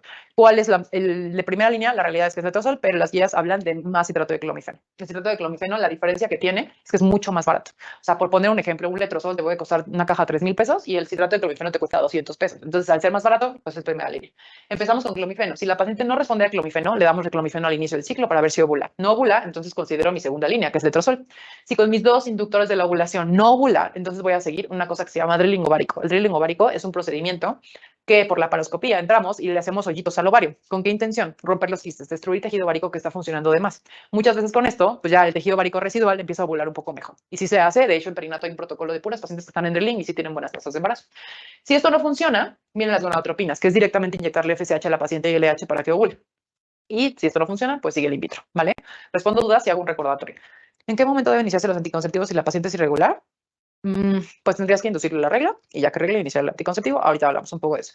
¿A partir de qué edad se puede tomar anticonceptivos si lo diagnosticamos en una mujer muy joven? Mira, no hay una restricción oficial, no hay una guía que diga no se puede dar antes de los 16 años, pero sí que te puedo decir qué pasa. Las mujeres tenemos nuestros núcleos de osificación abiertos hasta la menarca y todavía de la menarca hasta los 18 años hay un incremento en la talla muy chiquito, pero lo hay. Entonces, si nosotros damos estrógenos antes de los 18 años, podemos cerrar esos núcleos de osificación. Consejo personal, eso no te lo van a preguntar en el NAM porque no está estandarizado, pero el consejo personal, si tú tienes pacientes que te interesa saber qué hacer con ellas, nunca se deben de dar antes, perdón, de los 18 años. Entonces, ya a partir de los 18, de lo que quieras, ya su hueso está más que cerrado, pero antes de los 18 todavía te puedes comer 2 centímetros de talla. ¿Se utiliza Cuantose para valorar? No, se utiliza índice de Homa. O sea, el Cuantose es como una fórmula que saca el laboratorio para medir la resistencia, pero no. ¿Y qué tan frecuente es la infertilidad? Depende. El 30% de las mujeres jóvenes pueden tener infertilidad por ovario poliquístico, ¿vale? A ver, quiero ver si puedo sacar una. No, voy a cerrar aquí. Algo hice, perdón. No. Déjame que me ayuden para poner una en blanco. Dame un segundo. ¿Me puedes ayudar a poner una para hacer un dibujo? Ojalá, como una en blanco para hacer un dibujo. Es que me salí por error. Primero necesito regresar. Y la segunda es a ver si hay alguna forma de.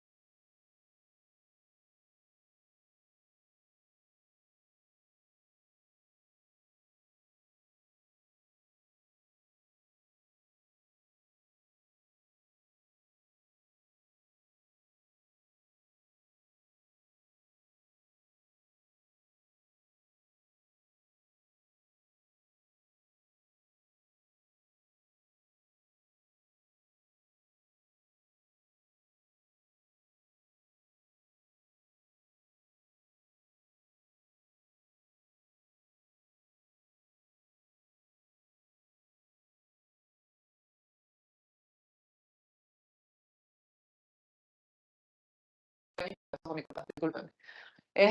¿Ya me escuchan? ¿Todo bien? Eso. Entonces, bueno, aquí tenemos que recordar lo más básico. Les juro que cuando viene él se oye bien y cuando luego yo se oye mal. ¿Cuánto dura el ciclo menstrual? El primer día es cuando empiezo a arreglar. ¿Y cuánto va a durar? El ciclo ovárico, el ciclo menstrual, como le quieran llamar, ciclo endometrial, wash wash. 28 días, ¿vale? ¿Y cuándo es la ovulación? ¿Qué día de esos 28? Óptimamente, obvio. El día 14. Entonces, cuando empieza, esta es la clase que yo le doy a todas mis pacientes cuando entran al consultorio. Cuando, ay, esto va a estar, ay, no es posible, me voy a morir. Si cada vez que pico algo se sale, a ver si lo logramos, chavos. Regla, 28. Y aquí, día 14. Bueno, no está tan en medio, pero sí. Vean, no soy yo. A ver. No lo voy a lograr. Pero yo creo que el otro doctor, o sea, es solo esta pantalla, o también cuando tienen clase en otro, o sea, en otro salón de otra pantalla pasa el 24. Vean, no sé qué hago. Se los juro que no sé qué hago. No lo voy a lograr. Último intento. Si no se los platico. ¿Seré yo? ¿Cómo lo marco? Bueno, a lo mejor es el otro lado. Vean, no, le voy a decir que no sirve, pero bueno, se los voy a platicar.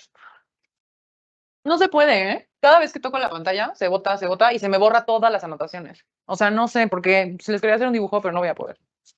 Mira, o sea, obviamente como ya estás aquí, ya se va a funcionar perfecto, ¿no? Si no, no te vayas hasta que no acabe. No había llegado a este punto, ¿eh? Mira, ahí quédate. Entonces, ya, mira, no hice nada. O a lo mejor estoy A lo tocándola. mejor toca con su. ¿Crees que sea eso? Me muero. A ver si lo hago de lejos. A ver si puede ser eso, ¿eh? Eso sí es muy posible. Que a lo mejor lo estoy tocando yo acá y no me doy cuenta. Creo que encontré la solución, chavos. Va, lo intento y ya te digo. Bueno, entonces, en el primer momento del ciclo, es que aparte como no te quieres voltear para no darle espalda a la cámara, pero el ovario es chiquito, gracias, y tiene folículos pequeños, ¿ok? Entonces, conforme va avanzando el ciclo, ¿qué pasa con el ovario? ¿Qué se acuerdan? ¿Qué pasa con ese ovario para llegar a este momento? Se recluta un folículo, ¿no? Entonces, conforme empieza a pasar el tiempo, una de estas bolsitas va a empezar a crecer y crecer y crecer hasta que ya mida casi 3 centímetros y se ovula. Se libera una célula que se llama óvulo, tú tienes relaciones, te puedes embarazar. Y después de eso, el mismo lugar donde ovulaste se empieza a hacer como una cicatriz que se llama cuerpo lúteo. Este cuerpo lúteo produce hormonas diferentes y llegamos y se va como consumiendo, consumiendo, consumiendo hasta que se le acaba el sustrato, se le acaba el colesterol y nuevamente estamos con un folículo basal. Esto claro, ¿vale? ¿Qué hormona va a ayudar a que el ovario pase de esto a esto? La FSH. Entonces, ¿quién manda la FSH? ¿Quién la produce? HSG, no, hombre, NRH, no. ¿De dónde sale? De la adenohipófisis, sale del cerebro. No me quiero meter en más rollo, ¿sabes? Sale de hipotálamo, hipófisis, ovario, ¿no? Entonces, no, las células de la teca no producen nada de eso. Entonces, el cerebro, tu cabecita, va a empezar a incrementar las concentraciones de FSH. Obviamente lo hace en respuesta a GnRH, y entonces el hipotálamo, y tiene una región que tiene esto y se produce. Entonces, la FSH se empieza a incrementar en la primera fase del ciclo para que el ovario reclute. ¿Y qué hormona es la que provoca la ovulación? La LH. ¿La LH de dónde sale?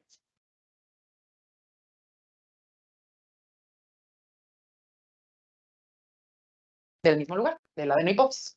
Entonces, cuando ya estás aquí, por el incremento de FSH, cada uno de los folículos, especialmente el que vas a ovular, va a empezar a producir estrógenos. Por el estímulo, o sea, el resultado es LH porque esto come FSH, ¿ok? Entonces, conforme va avanzando el ciclo, la concentración de estradiol empieza a aumentar, aumentar, aumentar. Y esta concentración aumentada de estradiol le avisa al cerebro que el ovario está listo. Hace un feedback positivo para incrementar la producción de LH. El mismo lugar, las mismas células, solo cambian su pulsatilidad. Entonces, ahora en lugar de producir FSH, producen LH. Entonces, hay un pico de LH que rompe este folículo porque se juntan prostaglandinas y explota literal y se libera la célula. ¿Y luego qué pasa? Aquí había estrógenos. ¿Qué hormona gobierna la segunda parte del ciclo? Si en la primera fueron los estrógenos, en la segunda fase la progesterona. ¿De dónde sale la progesterona?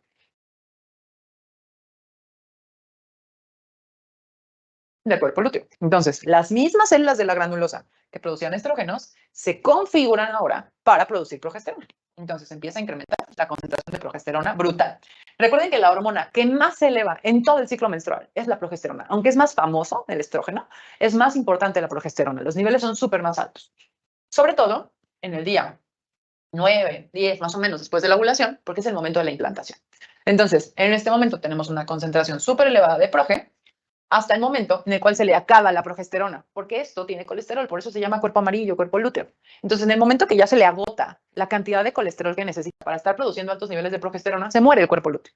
Se muere y como hay una deprivación hormonal de progesterona y de estrógenos, o sea, ya no hay nada, entonces tenemos una regla. ¿Ok? Todo esto claro, lo tienen bastante claro. Me ha tocado grupos que no lo saben. Vale. Ahora, ¿qué pasa en el útero con todo esto que estamos platicando? Cuando empieza, bueno, voy a borrar aquí un poco. Ay, estoy muy feliz que ya descubrimos cuál era el problema. Díganse los otros profesores, si a alguien le pasa lo mismo torpe que a mí, es porque le estás tocando. Ya no, la pantalla funciona perfecto, solo era yo, el problema era yo. Usualmente pasa eso. Entonces, en el endometrio, si es la última clase, no, hombre, seguro hay más clases en la vida. Si algún día les pasa esto en la vida, también lo van a saber. Recuerden que en el endometrio, pues es igual, ¿no? Tenemos un ciclo endometrial, donde en este momento viene de un ciclo previo, claramente, donde el tejido se descama y empieza a crecer gracias a los estrógenos. Llegamos al momento de la ovulación y ya no crece más, sino que se estabiliza hasta el momento de la regla. Estos cambios son inducidos por estrógenos. Entonces, los estrógenos ayudan al crecimiento endometrial y la progesterona ayuda a estabilizarlo. ¿Qué me refiero con estabilizarlo? Que lo llena de líquido, de glucógeno, de glucosa, de cosas buenas donde va a crecer el bebé, ¿vale? Los futuros profesores, cuando no pasemos, van a pasar, chavos, claro que por lo menos la parte de gine, claro que la van a pasar, no piensen negativos. Entonces, el estrógeno crece y la progesterona estabiliza, ¿ok? Ahora, en esto se basa la prueba de estrógenos y progesterona. ¿Qué pasa si una paciente no ovula? Imagínense, voy a cambiar de color, que nunca ocurre esto. No hay progesterona. ¿Qué creen que ocurra con el endometrio si nunca hay progesterona? Porque el útero, o sea, acá arriba, no se entera del ovario. O sea, no lo conoce, nunca lo ha visto, no son amigos, no tiene nada que ver. Simplemente es quien le da alimento. Entonces, si yo nunca le doy progesterona al endometrio, este endometrio crece, crece, crece eternamente. Eternamente me puedo referir 6 meses, 1 año, 8 años, el tiempo que sea.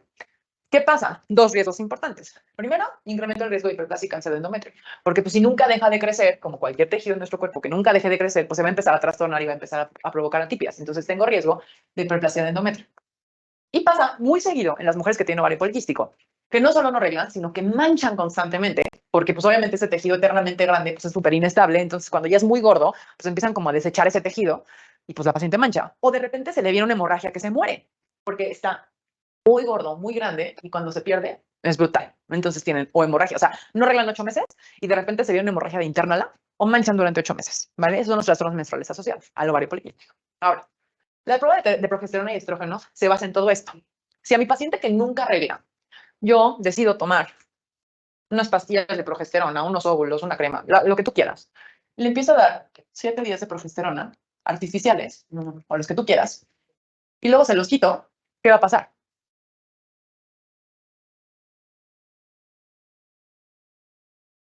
Si yo le doy progesterona artificial que nunca se estaba produciendo aquí, pues voy a fingir que ovuló. Es una ovulación artificial. No ovula, porque en algunos casos, en algunos exámenes, en algunas clases me han dicho, ovula. Creo que no va a ovular. El ovario no tiene nada que ver con esto. Yo le estoy dando progesterona pura y dura. La progesterona no afecta al ovario. En esto se basa el implante, en esto se basa el Mirena.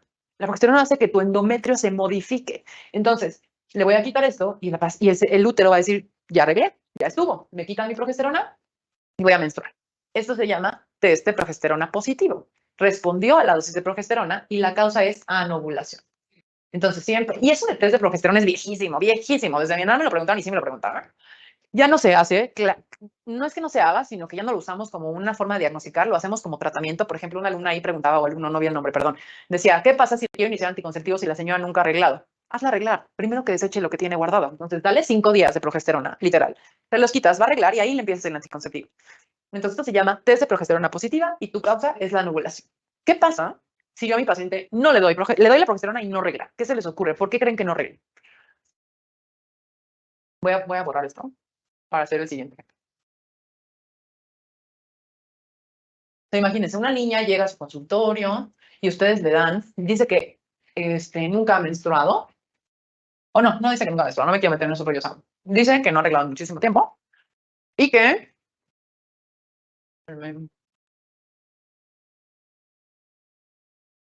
Y tú dices, ay, bueno, pues hay que darle progesterona. Le das progesterona, nada. ¿Por qué creen? Aparte de alteraciones anatómicas. Ese es el último paso de nuestro algoritmo. Si yo le doy progesterona y la paciente no regla, yo no tengo que pensar en alteraciones uterinas. Tengo que pensar que el problema viene más atrás, que el problema viene desde aquí. Como no tenía, acuérdense que dijimos el endometrio, primero debe de crecer y luego va a estabilizarse y luego va a arreglar. Y yo la agarré aquí. Si mi paciente no preparó endometrio y yo desde aquí le doy progesterona, le puedo dar 1 mes de progesterona y nunca va a arreglar nada, porque la progesterona estabiliza. Ay, le volví a tocar, perdón. La progesterona, otra vez ya, esto ya no soy yo. La progesterona estabiliza y el estrógeno crece. Entonces, Si tu paciente nunca creció, y, oigan, ahora les juro que no lo toqué, nunca creció, y yo le doy estrógenos y le doy progesterona. Ya me gustó la plumita, está buenísima. Me voy a alejar más. Si nunca preparó y yo aquí le di progesterona, ¿qué va a estabilizar si no tiene endometrio? Entonces, cuando tu paciente tiene una prueba negativa a test de progesterona, lo que tienes que hacer es darle un test de estrógenos progesterona. Vamos a preparar ese útero desde el principio. Entonces, en lugar de darle progesterona, le doy desde el principio estrógenos combinados con progesterona, le doy un anticonceptivo, el que tú quieras, combinado, y la preparo por 21 días. Oigan, ahora sí les juro que no fui yo. La preparo durante 21 días. Y si después de 21 días la paciente menstrua, ¿qué significa? O sea, el test de estrógeno positivo, de estrógeno progesterona positivo. ¿Qué tengo que pensar? Que como nunca preparó y si regló, quiere decir que el útero funciona, útero bien, porque yo lo estimulé. O sea, cualquier mujer que ustedes le den, ya me voy a dar súper por vencida.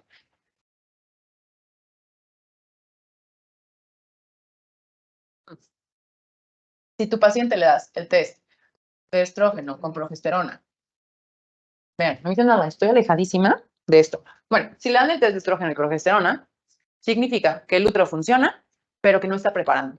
La prolactina, la tiroides, lo que hacen es, no, mira, ya estaba lejos, lo juro, ¿eh? Mira, estoy acá, te digo que llegas tú. O sea, no sé si sean algunos puntos, pero pude trabajar súper bien y de repente otra vez se bloqueó. Pero bueno, si quieres sacar el break, la reiniciamos. ¿Y qué break? La revisamos. A ver, van a reiniciar la pantalla. Ahorita denos 5 minutos, reinician y seguimos, ¿vale? Es la pantalla, ya sé que es la pantalla, pero la deben de poder arreglar. Ahorita regresamos.